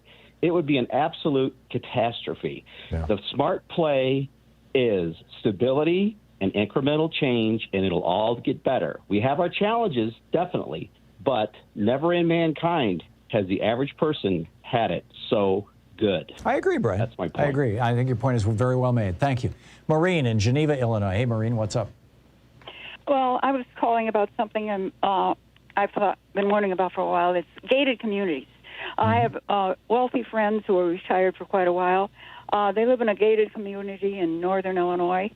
And when the fall comes, they run down to a gated community in Maricopa County, Arizona, and live there. And they take their Cadillac back and forth in between. These people are running away from looking at a brown or a black face on their way to and from. Is that what we're going to have in the future in America, is a bunch of gated communities all over the country? That's what we already have, Maureen. There are, really? Yes, we really do. And, I've seen this in other countries as well. Is that what we should have? It's not a good sign. I mean, people who have the means to gate their community should not feel that they have to. But, the reality is in many parts of America, they feel that way. Sometimes it's motivated by racial animus, as you point out. Other times it's just motivated by local crime that has nothing to do with race. So, anyhow, Stephen in Kula, Hawaii. Hey, Stephen, what's on your mind? Hey, Tom. You were talking a while ago about how you thought that cage-free eggs were a really good thing for the animals. Actually, well, it's a in step. most cases, they're no better, and in many cases worse. And it's called humane wash, and it's to make people feel good who want to do a good thing, but they're really not. Instead so they pack them in just as tight, but without the cage? Exactly. They're in actually big cages, huge warehouses with no windows. They have about the same amount of space. They're still debeaked. Environmentally and health-wise for the chickens, it's worse because they can't control their excrement, and so there's more ammonia bothering their eyes.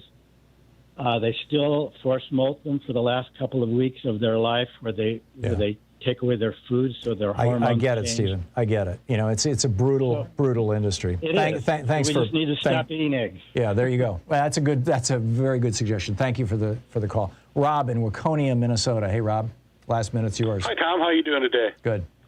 What's up? Good. Hey, you were talking earlier about the COVID test kits coming through the mail. I just wanted to give you a call and let you know that I'm getting mine today through the mail. Hey, congratulations. Good luck with that. And I'm getting mine on Friday. I think the mail service is sending out these notices. Thank you for that. Michael in Bangor, Maine. Michael, we have less than a minute. I didn't want to leave you hanging there, though. You wanted to challenge me on John Durham?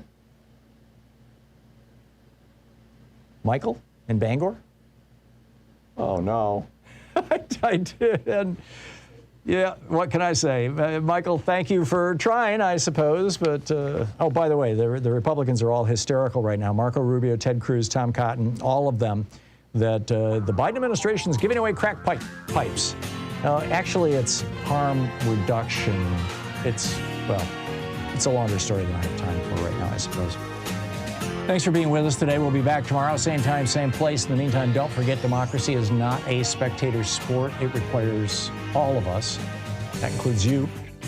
So get out there, get active, tag, you're it. We'll see you tomorrow. Have a great afternoon. Be good to yourself and the people around you. Stay safe.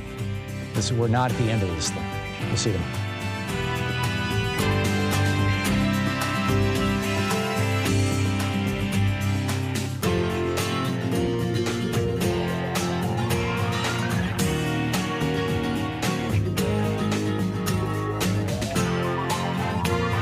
You've been listening to Thom Hartmann. For audio and video archives, visit thomhartmann.com.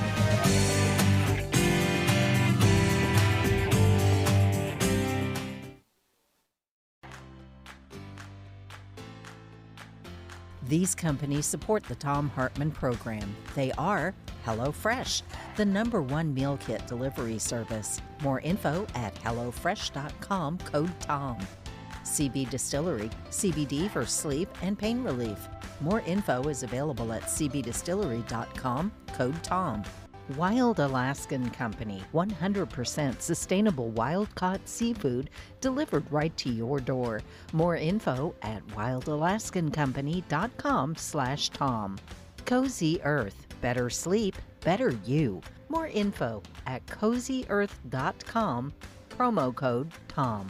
Dinovite, a whole food supplement for your pet's immune system. More info at dinovite.com. And ExpressVPN, the VPN that just works. More information at expressvpn.com/Tom.